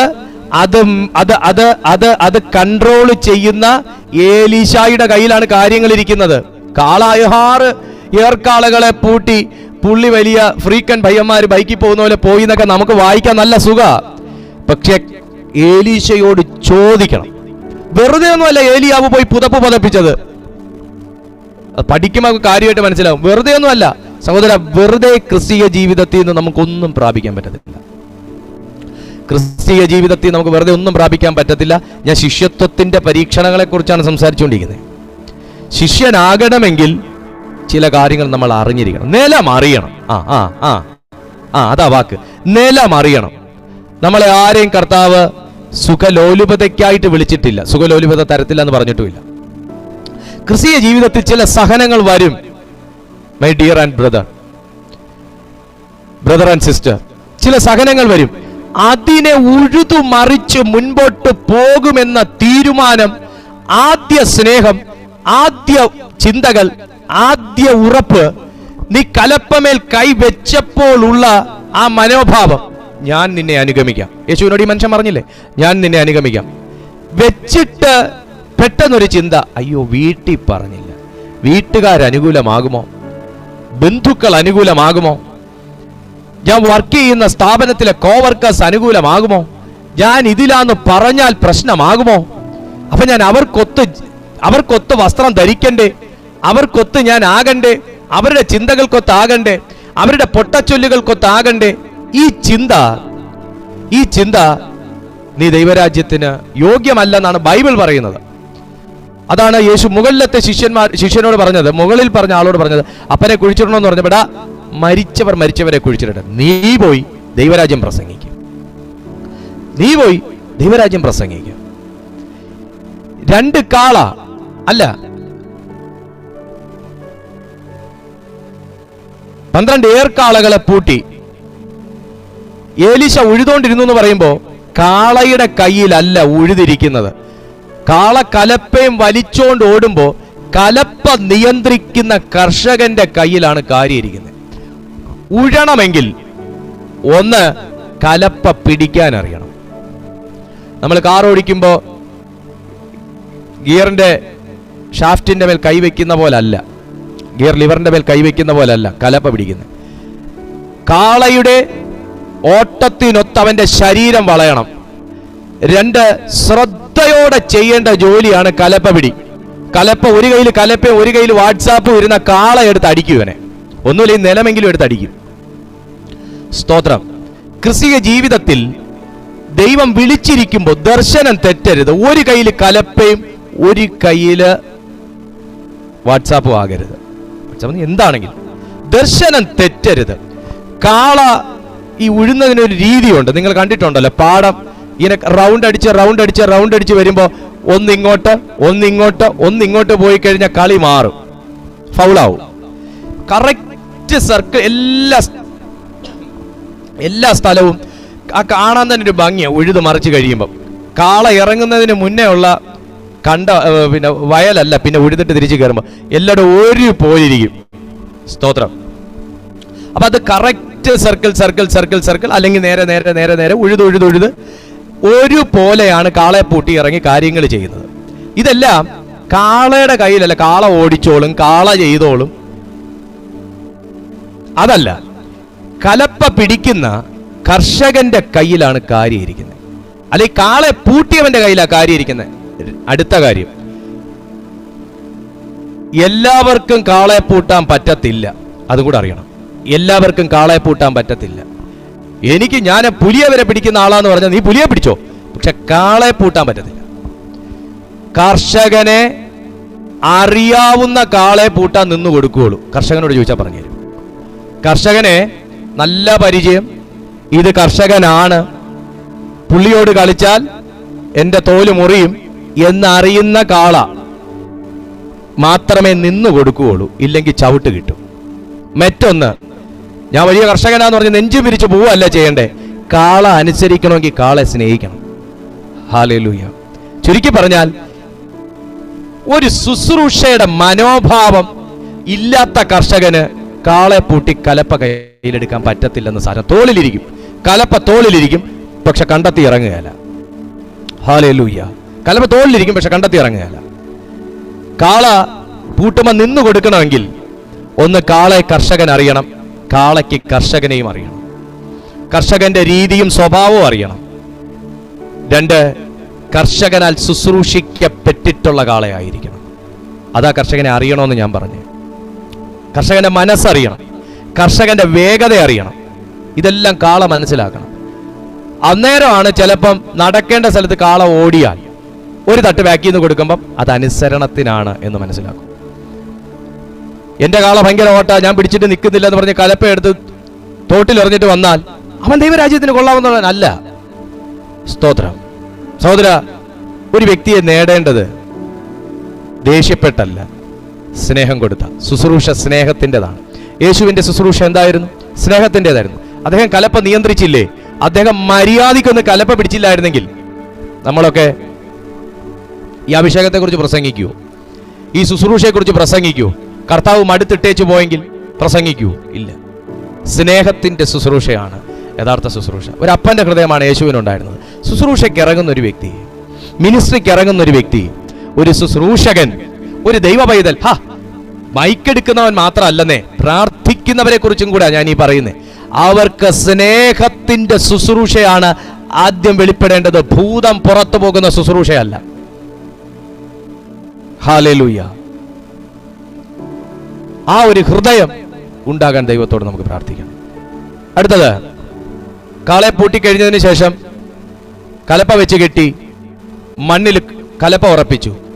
കാള വലിച്ചുകൊണ്ട് പോകുമ്പോൾ ഇദ്ദേഹത്തിന്റെ ബലവും ഉറപ്പും ശ്രദ്ധയുമാണ് അടിയുന്നേ കട്ടകൾ ഉടച്ച് മണ്ണ് ഉഴുതുഴുതുഴുതുഴുതുഴുതുഴുത് ഞാറ് നടാനാണെങ്കിലും വിതയ്ക്കാനാണെങ്കിലും ആ മണ്ണ് പരുവമായി തീരുന്നത്. കാള വലിച്ചോളൂ എന്ന് പറഞ്ഞ് ജസ്റ്റ് ഒന്ന് ലിവറി പിടിച്ചോണ്ടിരുന്നാൽ കട്ട അതുപോലെ കിടക്കും, നിലം അതുപോലെ കിടക്കും. നിലം യോഗ്യമാകുകയില്ല, നിലം യോഗ്യമാകുകയില്ല. ചതുപ്പായിട്ട് തന്നെ കിടക്കും, നിലം യോഗ്യമാകുകയില്ല. ഇന്ന് പകലിൽ, ഇന്ന് ഈ സമയം സന്ദേശം കേട്ടുകൊണ്ടിരിക്കുമ്പോൾ മാന്യ സുഹൃത്തെ, നല്ല ഒരു കർഷകൻ നമുക്ക് മുൻപേ ഓടിയിട്ടുണ്ട്. കലപ്പമേൽ കൈവച്ചിട്ട് അയ്യോ ഈ യാതന എനിക്ക് പറ്റത്തില്ലെന്ന് പറഞ്ഞില്ല, ഈ പട്ടിണി എനിക്ക് പറ്റത്തില്ലെന്ന് പറഞ്ഞില്ല, ഈ അടി എനിക്ക് പറ്റത്തില്ലെന്ന് പറഞ്ഞില്ല, ഈ പരിഹാസം എനിക്ക് പറ്റത്തില്ലെന്ന് പറഞ്ഞില്ല, ഈ ശുശ്രൂഷ, ഈ രീതിയിലുള്ള ശുശ്രൂഷ എനിക്ക് പറ്റത്തില്ലെന്ന് പറഞ്ഞില്ല, ഈ ഭക്ഷണം എനിക്ക് പറ്റത്തില്ലെന്ന് പറഞ്ഞില്ല, ഈ വ്യക്തികൾ എനിക്ക് പറ്റത്തില്ലെന്ന് പറഞ്ഞില്ല, ഇങ്ങനെയുള്ള സ്വഭാവക്കാരുമായിട്ട് എനിക്ക് പറ്റത്തില്ല മിനിസ്റ്റർ ചെയ്യാനെന്ന് പറഞ്ഞില്ല. എല്ലായിടവും ഒരേ ഭാവം തന്നെ സ്വീകരിച്ച നമ്മുടെ കർത്താവിന്റെ മുഖത്ത് നോക്കി വേണം മിനിസ്ട്രിക്ക് ഇറങ്ങാൻ. ദൈവാത്മാവ് പറയുന്നു, തിരിഞ്ഞു നോക്കല്ല. വിളിച്ച ദൈവം വിശ്വസ്തനാണ്. സഹോദര, വയലിൽ ഒരുപാട് ബുദ്ധിമുട്ടുകൾ അനുഭവിക്കും. നീ വെയിൽ കൊള്ളേണ്ടി വരും. ചിലപ്പോൾ നീ ഉഴുതു മറിച്ചുകൊണ്ടിരിക്കുമ്പോൾ മഴയായിരിക്കും. ചിലപ്പോൾ നീ ഉദ്ദേശിക്കുന്ന സമയം പണി തീരത്തില്ല. ചിലപ്പോൾ കാള നിന്നെ അനുസരിച്ചില്ലെന്ന് വരും. പലതും സംഭവിക്കും. ചിലപ്പോൾ അതിലൊരു കാളയ്ക്ക് വയ്യാണ്ട് വരും. പലതും സംഭവിക്കും. കർഷക, നീ മടുക്കരുത്. ഏലീശായെ കുറിച്ച് പറഞ്ഞ എന്നാ ഞാൻ അതൊന്ന് വായിക്കും. അത് വായിച്ചിട്ട് നമുക്ക് അവസാനിപ്പിക്കാം. ഏലീശായെ 1 രാജാക്കന്മാരുടെ പുസ്തകം 19:19.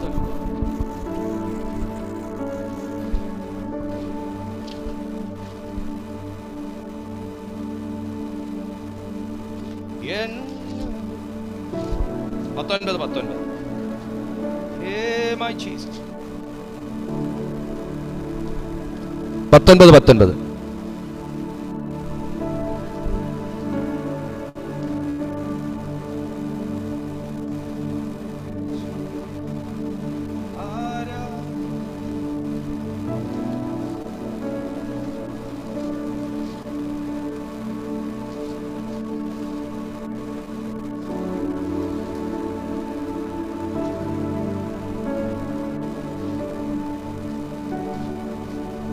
ഒന്ന് നോക്കിയേ, 1 രാജാക്കന്മാർ 19:19.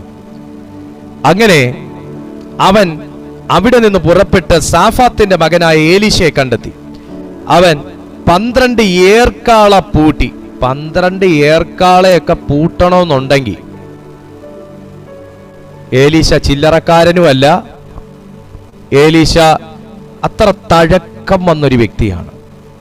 12 ഏർക്കാള കാള പൂട്ടുക എന്ന് പറയുന്നത് അത്ര ഈസി അല്ല. അതറിയാവുന്നവർക്കറിയാം. കാള പൂട്ടുക എന്ന് പറയുന്നത് അത്ര ഈസി കാര്യമല്ല. നമ്മളൊരു പട്ടിയെ തുടലിന് പിടിച്ച് നിയന്ത്രിക്കുന്ന പോലെ അല്ല ഒരു കാളയെ നിയന്ത്രിക്കുന്നത്, പ്രത്യേകിച്ച് ഉഴാൻ വേണ്ടി പൂട്ടുന്നത്. അതൊരു പ്രത്യേക വശമാണ്, ഒരു രീതിയാണ്. തഴക്കം വേണം, അഭ്യാസം വേണം.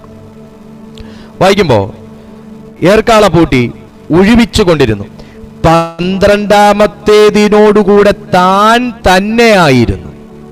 12ാമത്തേതിനോടുകൂടെ താൻ തന്നെയായിരുന്നു. അതിനെ മനസ്സിലായോ?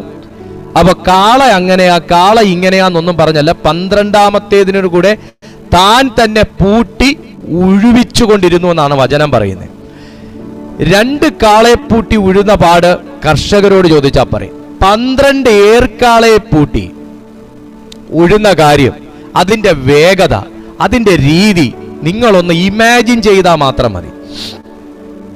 2 കാള പൂട്ടിയാണ് കർഷകൻ ഉഴുന്നെങ്കിൽ അതിന്റെ അവസ്ഥ കർഷകൻ അറിയാം.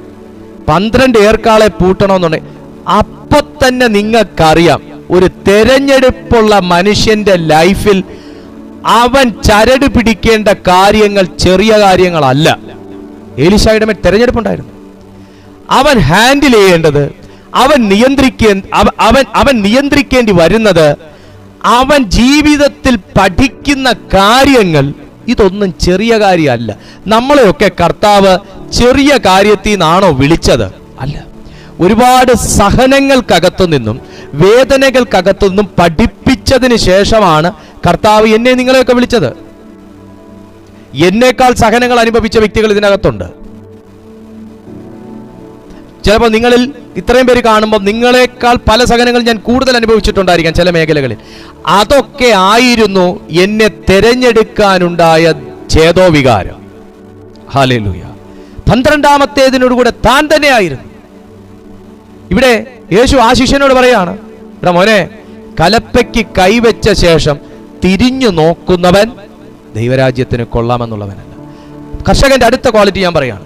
കാള ഓടും, അത്രയും ആ ഒരു ചെറിയ ഒരു പിടുത്തമുണ്ട്, ഒരു പിടിയുണ്ട്, കൈപ്പിടി. അതിനെ അത്രയും മണ്ണിലേക്ക് കുത്തി ആഴത്തിന് ഇറക്കി ആ പിടിത്തം വിടാതെ ഇരുന്നാല് കാള നടക്കുകയോ ഓടുകയോ ചെയ്യുമ്പോൾ മണ്ണ് ഇളകേണ്ട പോലെ ഇളകി ഉഴുതു മറിയുള്ളൂ. അതിനകത്ത് വിത്തിട്ടിട്ടേ കാര്യമുള്ളൂ. ഇന്ന് രാത്രിയിൽ ഈ സമയം ഈ സന്ദേശം നിങ്ങൾ കേട്ടുകൊണ്ടിരിക്കുമ്പോൾ മാന്യ സുഹൃത്തെ, കലപ്പയ്ക്ക് കൈവച്ചപ്പോ നീ മണ്ണിലൊന്ന് ആഴ്ത്തി വെച്ചായിരുന്നു. അതുകൊണ്ട് കുറെ ദൂരമൊക്കെ ഈ ഇളകി മറിഞ്ഞ് പൊട്ടി തകർന്നങ്ങ് പോയി.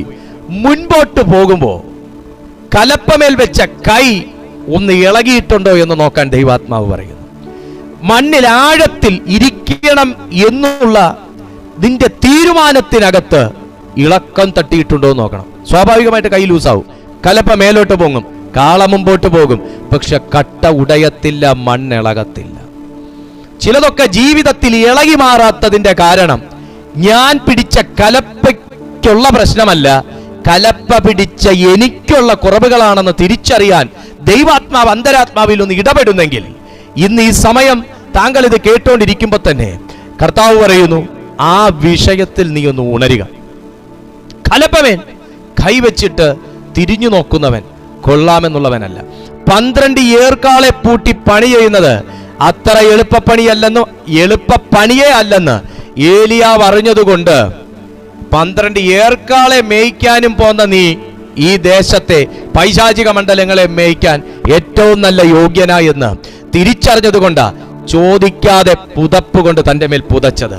നീ ചോദിച്ചിട്ടല്ല ഈ ശുശ്രൂഷ താങ്കളുടെ മേൽ വെളിപ്പെട്ടതെന്നുണ്ടെങ്കിൽ, താങ്കൾ ചോദിച്ചിട്ടല്ല ഈ കൃപ നിങ്ങളുടെ മേൽ ദൈവം പകർന്നെന്നുണ്ടെങ്കിൽ, താങ്കൾ നനച്ചതുപോലുമല്ല ഇന്ന് ഈ ചെയ്തുകൊണ്ടിരിക്കുന്ന കാര്യമെന്നുണ്ടെങ്കിൽ തിരിച്ചറിയ, നിന്നെ വിളിച്ച ദൈവത്തിന്റെ വിളിയുടെ ശബ്ദം ചെറുതല്ല. സാഹചര്യങ്ങൾ നിങ്ങളോട് പറയും കേറ് വരമ്പത്ത്, വെയിൽ നിങ്ങളോട് പറയും കേറ് വരമ്പത്ത്, വേറെ പണിയില്ലേ. കാള നിങ്ങളോട് പറയും നടക്കൂല. എന്നാ പൂട്ടാനുള്ള കൃപ തന്നേക്കുന്ന നിനക, പൂട്ടിയത് നീയാണെങ്കിൽ നിയന്ത്രിക്കേണ്ടത് നീയാ. കാളെ പൂട്ടാതെ കല്ലപ്പ വെക്കാൻ പറ്റുകയല്ല. കാളെ പൂട്ടാൻ ദൈവം നിന്നെ ഉപയോഗിച്ചെങ്കിൽ, കാള എല്ലാവർക്കും നിൽക്കുന്ന സാധനമൊന്നുമല്ല ഞാൻ പറഞ്ഞല്ലോ, കാളെ പൂട്ടാൻ ദൈവം നിന്നെ ഉപയോഗിച്ചെങ്കിൽ കലപ്പ പിടിക്കാനാണോ പിന്നെ പാട്? ഒറ്റ കാര്യം മതി, നിന്റെ ശരീരത്തിന് ഉറപ്പ് വേണം. മനസ്സ് ആരോഗ്യമില്ലാത്ത ആൾക്ക് ചെയ്യാൻ പറ്റത്തില്ല. 2, മനസ്സിന് ഉറപ്പ് വേണം. 3, മണ്ണിൽ ആഴത്തിൽ ഇറക്കാനുള്ള ഒരു ആരോഗ്യം നിനക്ക് വേണം. ഇത് ശരീരം കൊണ്ട് ചെയ്യാൻ പറ്റുന്ന കാര്യമല്ല, മനസ്സുകൊണ്ടും അർപ്പണബോധം കൊണ്ടും ദൈവാശ്രയം കൊണ്ടും ചെയ്യാൻ പറ്റുന്ന കാര്യമാണ്. ആമേൻ. ആ നിലത്തിൽ നീ വിതച്ചാൽ, എന്നിട്ട് നീ വിതച്ചാൽ സഹോദര, നിന്റെ അധ്വാന ഫലം നീ തിന്നും. അത് തുള്ളനും വെട്ടുക്കിളിയും പച്ചപ്പുഴുവും ഒന്നും എടുത്തോണ്ട് പോകത്തില്ല. കാരണം വയലിൽ നീ അനുഭവിച്ച വേദന കാണുന്നൊരു ദൈവമുണ്ട്. ഈ വിഷയങ്ങളൊക്കെ ഒന്ന് ഉഴുതുമറിക്കപ്പെടാൻ, നീ അനുഭവിച്ച ഈ കട്ടകളൊക്കെ ഒന്ന് ഉടയ്ക്കാൻ നീ അനുഭവിച്ച വേദന കാണുന്ന ഒരു ദൈവമുണ്ട്. പ്രതിഫലം തരാതിരിക്കുവോ? പ്രതിഫലം തരാതിരിക്കുവോ? നിന്നെ മറന്നു കളയോ ദൈവം? നിന്നെ ഉപേക്ഷിച്ച് കളയോ ദൈവം? നിന്നെ കണ്ടില്ലാന്നടിക്കുവോ ദൈവം? തിരിഞ്ഞു നോക്കല്ലെന്ന് ദൈവാത്മാവ് പറയും. ഈ വിശ്വാസത്തിൽ ഇറങ്ങിയതാ പ്രശ്നം, ഈ കൂട്ടത്തിന്റെ കൂടെ കയറിയതാ പ്രശ്നം എന്നൊക്കെ നിങ്ങളുടെ ചിന്ത പറയുന്നുണ്ടെങ്കിൽ ശാസിക്ക്. ദൈവം വിളിച്ചത് വിശ്വസ്തനായിട്ടാണ് വിളിച്ചത്, വിശ്വസ്തനായിരിക്കാനാണ് വിളിച്ചത്. അതുകൊണ്ട് കലപ്പമേൽ കൈവച്ചിട്ട് തിരിഞ്ഞു നോക്കുന്നത് ശരിയല്ല. കർത്താവ് നിങ്ങളോട് പറയുന്നു, ഞാൻ വലിയ പ്രതീക്ഷയോടെയാണ് വന്നത്, പക്ഷെ ഒന്നും നടന്നില്ല. സഹോദര, ഏറ്റവും മുകളിൽ 57-ാമത്തെ വാക്യത്തിൽ ഒരു ന്യായശാസ്ത്രി വലിയ സുഖലോലുപതകളുടെ നടുവിൽ നിന്ന് ഇതേ വാക്ക് കർത്താവിനോട് പറഞ്ഞപ്പോഴും കർത്താവ് ഇത് തന്നെ പറഞ്ഞത്, നീ എന്തോ ഉദ്ദേശിച്ച് എൻ്റെ കൂടെ വരാമെന്ന് പറഞ്ഞ്? സുഖലോലുപത ലഭിക്കും, പണമുണ്ടാക്കാം, 2 ടാർ എടുക്കാം, ഈ ഉദ്ദേശത്തോടെയാണ് എൻ്റെ കൂടെ വരാമെന്ന് പറഞ്ഞ്. കുറുനരികൾക്ക് കുഴിയും ആകാശത്തിലെ പറവകൾക്ക് കൂടുമുണ്ട്, പക്ഷേ നീ കൂടെ വരാന്ന് പറഞ്ഞ് മനുഷ്യപുത്രനെ തലചായ്ക്കാൻ ഇടവില്ല. വരാൻ തയ്യാറാണോ? I am sorry. അയാൾ വിട്ടു. രണ്ടാമത്തെ ആളെ വിളിച്ചപ്പോൾ പറഞ്ഞു, അപ്പം മരിച്ചുപോയി, കുഴിച്ചിട്ടിട്ട് വരാം. വിട്ടു. മൂന്നാമത്തെ ആൾ പറഞ്ഞു, വിളിക്കാതെ പറഞ്ഞു, ഞാൻ കൂടെ വരാം, ആശയുണ്ട്, പക്ഷെ ഒരു കാര്യം ആൾക്കാരോട് ചോദിക്കണം. സഹോദര, ആൾക്കാർ നയിക്കുന്നത് പോലെ നിങ്ങൾ ഓടാൻ നിന്നാൽ കലപ്പ നിങ്ങളുടെ കയ്യിലല്ല വരുന്നത്, നുകം നിങ്ങളുടെ കഴുത്തിലാ വരുന്നത്. സ്തോത്രം. മനസ്സിലായോ? ആൾക്കാർ പറയുന്ന പോലെ, ആൾക്കാരുടെ പരിഹാസം കേട്ട്, ആൾക്കാരുടെ ഡിസ്കറേജ്മെന്റ് കേട്ട്, ആൾക്കാരുടെ വാക്ക് കേട്ട്, ആരൊക്കെയോ ഊതുമ്പോ അങ്ങോട്ട് പറക്കാനും, ആരൊക്കെയോ ശാസിക്കുമ്പോ ഇങ്ങോട്ട് ഓടാനും, ആരോ പറയുമ്പം അങ്ങോട്ടേക്ക് പോയി വിളിക്കാനും ഒക്കെ ആൾക്കാർ ഊതുന്നിടത്തേക്ക് നിങ്ങൾ പറക്കാൻ നിന്നാൽ എല്ലാ കാലവും നിങ്ങൾ ഒരു കീറ പേപ്പർ കഷ്ണമായി പോകും. ഉറച്ചു നിൽക്ക്, ഉറച്ചു നിൽക്ക്, ഉറപ്പോടെ നിൽക്ക്. അവിടെയും ഇവിടെയും ഒന്നും നിങ്ങൾ ഓടല്ലേ. അവരെന്തു പറയുന്നു, ഇവരെന്ത് പറയുന്നു എന്ന് കേൾക്കാൻ പോകല്ലേ. ദൈവം എന്ത് പറയുന്നു എന്ന് കേൾക്കൂ. ദൈവം എന്ത് പറഞ്ഞിരിക്കുന്നു എന്നറിയൂ. അവരെ വിളിച്ചാൽ അവരെന്ത് പറയും, ഇവരെ വിളിച്ചാൽ ഇവരെന്ത് പറയും, രണ്ടും കൂടെ ഒന്ന് മാച്ച് ചെയ്തു. Never do it. ദൈവം എന്ത് പറയുന്നു എന്ന് കേൾക്കൂ. അതാണ് യഥാർത്ഥ ശരി. ഇതാണ് ഞാൻ പറഞ്ഞേ. ഞാൻ എൻ്റെ ആൾക്കാരോടൊന്ന് ചോദിച്ചിട്ട്, എൻ്റെ വീട്ടിലൊന്ന് പറഞ്ഞിട്ട്, അപ്പനും അമ്മയ്ക്കും ഒരു മുത്തം കൊടുത്തിട്ട്, അവരെ കെട്ടിപ്പിടിച്ചിട്ട്, അവിടെ ചെല്ലുമ്പോൾ തന്നെ കർത്താവിന് അറിയാം നീ ഈ പോയ പോക്കിൽ തിരിച്ചു വരത്തില്ല. കാരണം അവിടെ നിന്നെ ബ്രെയിൻ വാഷ് ചെയ്യാൻ ആൾക്കാരുണ്ട്. അവിടെ നിന്നെ ഇതിനാണോടാ വളർത്തിയത്, എന്തോരം കാശ് ഞങ്ങൾ പോലും കഴിക്കാതെ നിനക്ക് കൂട്ടി, ഞങ്ങളുടെ വയറ് മുറുക്കി കെട്ടി നിന്നെ വളർത്തി, ഇതിനാണോടാ? നിന്നെ കണ്ണുനീർ കൊണ്ട് വീഴ്ത്തും, നിന്നെ പറഞ്ഞു വീഴ്ത്തും, നിന്നെ വഴക്ക് പറഞ്ഞു വീഴ്ത്തും. അതുകൊണ്ട് പൊന്നുമോനെ, കലപ്പയ്ക്ക് കൈവച്ച ശേഷം തിരിഞ്ഞു നോക്കല്ലേ എന്ന് കർത്താവ് പറഞ്ഞു. സ്തോത്രം. പക്ഷെ ഇവൻ കലപ്പ വരെ എത്തി, പക്ഷേ വയലിലേക്ക് ഇറങ്ങാൻ ഒരു മടി. ഇന്ന് രാത്രി ആരെങ്കിലും അങ്ങനെ ഒരു സ്റ്റാർട്ടിംഗ് ട്രബിൾ നിൽക്കുന്നുണ്ടോ? കർത്താവ് പറയുന്നു, ദൈവശബ്ദം കേൾക്കുക, ദൈവശബ്ദം കേൾക്കുക. ഏറ്റവും ശരി അതാണ്, ദൈവശബ്ദം കേൾക്കുക. കർത്താവ് നിങ്ങളെ വിളിക്കുന്നു. കലപ്പമേൽ കൈവച്ചിട്ട് തിരിഞ്ഞു നോക്കുന്നവൻ ദൈവരാജ്യത്തിന് കൊള്ളാമെന്നുള്ളവനല്ല. ഇന്ന് ദൈവത്തോട് പറയാമോ, പിതാവേ, നീ എന്നെ വിളിച്ചത് എന്തിനാന്ന് ഞാൻ അറിയുന്നു. അങ്ങേക്ക് എന്നെക്കുറിച്ചൊരു ബോധ്യമുണ്ട്, അങ്ങേക്ക് എന്നെ കൊണ്ടൊരു വേലയുണ്ടെന്ന് ഞാൻ തിരിച്ചറിയുന്നു. ഞാൻ നിന്റെ ഇഷ്ടത്തിന് എന്നെ സമർപ്പിക്കുന്നു. എത്ര പേർക്ക് അത് പറയാൻ കഴിയും? എത്ര ദൈവമക്കൾക്ക് ആ വാക്ക് പറയാൻ കഴിയും? നിന്റെ ഇഷ്ടത്തിന് ഞാൻ എന്നെ സമർപ്പിക്കുന്നു.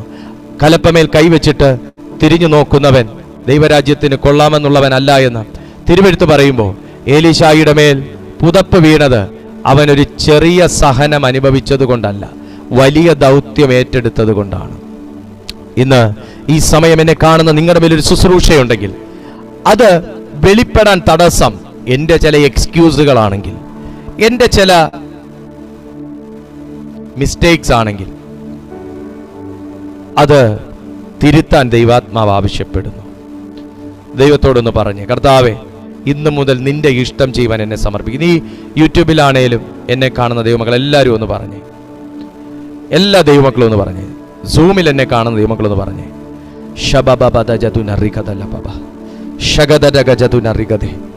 ദൈവത്തിന് വേണ്ടി പ്രയോജനപ്പെടാൻ നിങ്ങൾ ഒത്തിരി ആഗ്രഹിക്കുന്നില്ലേ പ്രിയരെ? സഹോദര, കാള മര്യാദയ്ക്ക് ഓടിയെങ്കിൽ നിലം നന്നായിട്ട് ഉഴുതു മറിഞ്ഞേനെ എന്നല്ല, കലപ്പ നീയൊന്ന് ശരിക്ക് താഴ്ത്തി പിടിച്ചെങ്കിൽ നിലം നന്നായിട്ട് ഉഴുതേനെ. നീ കൈവച്ചില്ലേ? ഇപ്പൊ നീ കലപ്പ എന്താന്നറിഞ്ഞില്ലേ? അതെന്തിനാന്നറിഞ്ഞില്ലേ? ഇനി നീ തിരിഞ്ഞു നോക്കുന്നത് വിഹിതമല്ല. നീ പരിശുദ്ധാത്മാവ് എന്താന്നറിഞ്ഞില്ലേ? ഇനി നീ തിരിഞ്ഞു നോക്കുന്നത് വിഹിതമല്ല. എബ്രായർക്ക് എഴുതിയ ലേഖനം 10-ാമത്തെ അധ്യായം 38-ാമത്തെ വാക്യം എന്താ വായിക്കുന്നതെന്നറിയാവോ?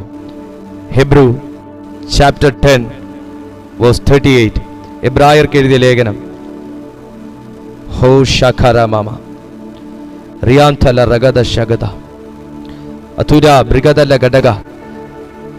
എബ്രായർക്ക് എഴുതിയ ലേഖനം 10:38. എന്നാൽ എന്റെ നീതിമാൻ വിശ്വാസത്താൽ ജീവിക്കും.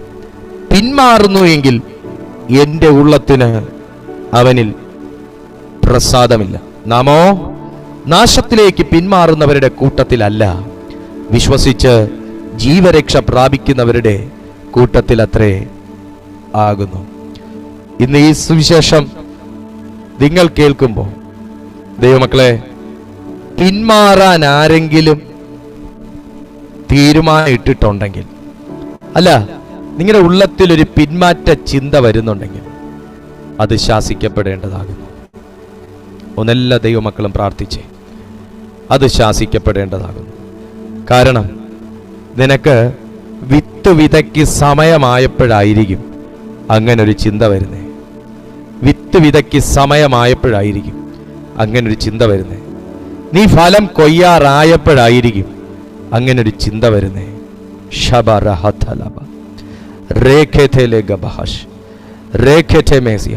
നിന്റെ ലൈഫ് ശരിയായിരിക്കത്തില്ല,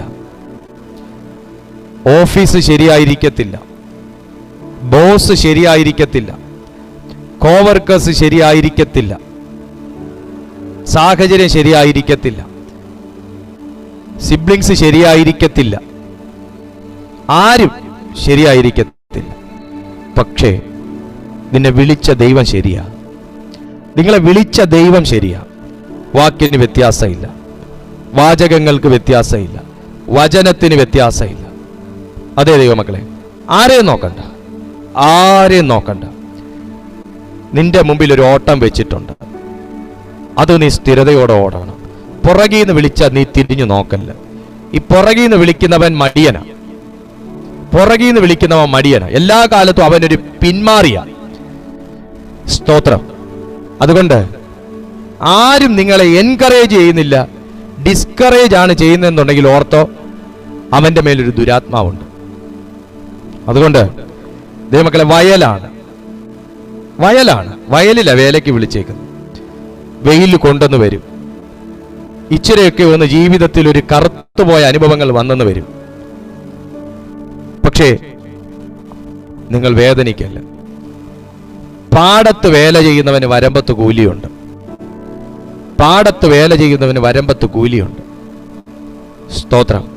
ഇന്ന് പകലിൽ നിങ്ങൾ ഈ സന്ദേശം കേട്ടുകൊണ്ടിരിക്കുമ്പോൾ നിങ്ങൾക്ക് ചില കാളകളെ പൂട്ടാൻ കഴിയുന്നില്ലെങ്കിൽ, നിങ്ങളുടെ കൂടെ ചേർന്ന് നിൽക്കുന്നില്ലെങ്കിൽ, കലപ്പയോട് ബന്ധപ്പെടുന്നില്ലെങ്കിൽ, സ്വർഗം നിന്നെ അഭ്യസിപ്പിക്കും. സ്വർഗം നിന്നെ അഭ്യസിപ്പിക്കും. കലപ്പ പിടിക്കാൻ എനിക്ക് അറിഞ്ഞുകൂടാ കർത്താവേ എന്ന് പറഞ്ഞാൽ, വിളി നിനക്കുണ്ടെങ്കിൽ അനുഗമിപ്പിനെന്ന് സ്വർഗം പറഞ്ഞിരിക്കും. ആ കരം നീ കലപ്പമേൽ പിടിച്ചിട്ടുണ്ടെങ്കിൽ നിലമുഴാനുള്ള കൃപ ദൈവം നിനക്ക് തരും. ഈ സ്തോത്രം, കലപ്പ പിടിക്കുന്ന കർഷകനെ നോക്കിയാൽ അറിയാം. ആൾക്ക് എത്ര നെഞ്ചിന് വിരിവുണ്ടെന്ന് കാണിച്ചുകൊണ്ടല്ല ആള് കലപ്പ പിടിച്ച് നിലമുഴുതു പോകുന്നത്. അദ്ദേഹം കാളയൊക്കൊത്ത് ഒന്ന് കർവ് ചെയ്യും, നട്ടല് വളച്ചൊന്ന് കുനിഞ്ഞു നിന്ന്, എങ്കിലേ ആ ശക്തി, ശരീരത്തിന്റെ ബലം മുഴുവൻ ആ കലപ്പമേൽ കൊടുത്താലേ മണ്ണിനകത്തതാണ് ഇറങ്ങി നിൽക്കുകയുള്ളൂ. എന്നിട്ടാണ് ആള് നില ഒഴുതു പോകുന്നത്. സഹോദര, ക്രിസ്തീയ ജീവിതത്തിലേക്ക് ഇറങ്ങുമ്പോൾ അല്പസ്വല്പമൊക്കെ ഒന്ന് കുനിഞ്ഞു പോകുന്ന, താഴ്ന്നു പോകുന്ന അവസ്ഥകൾ വരും.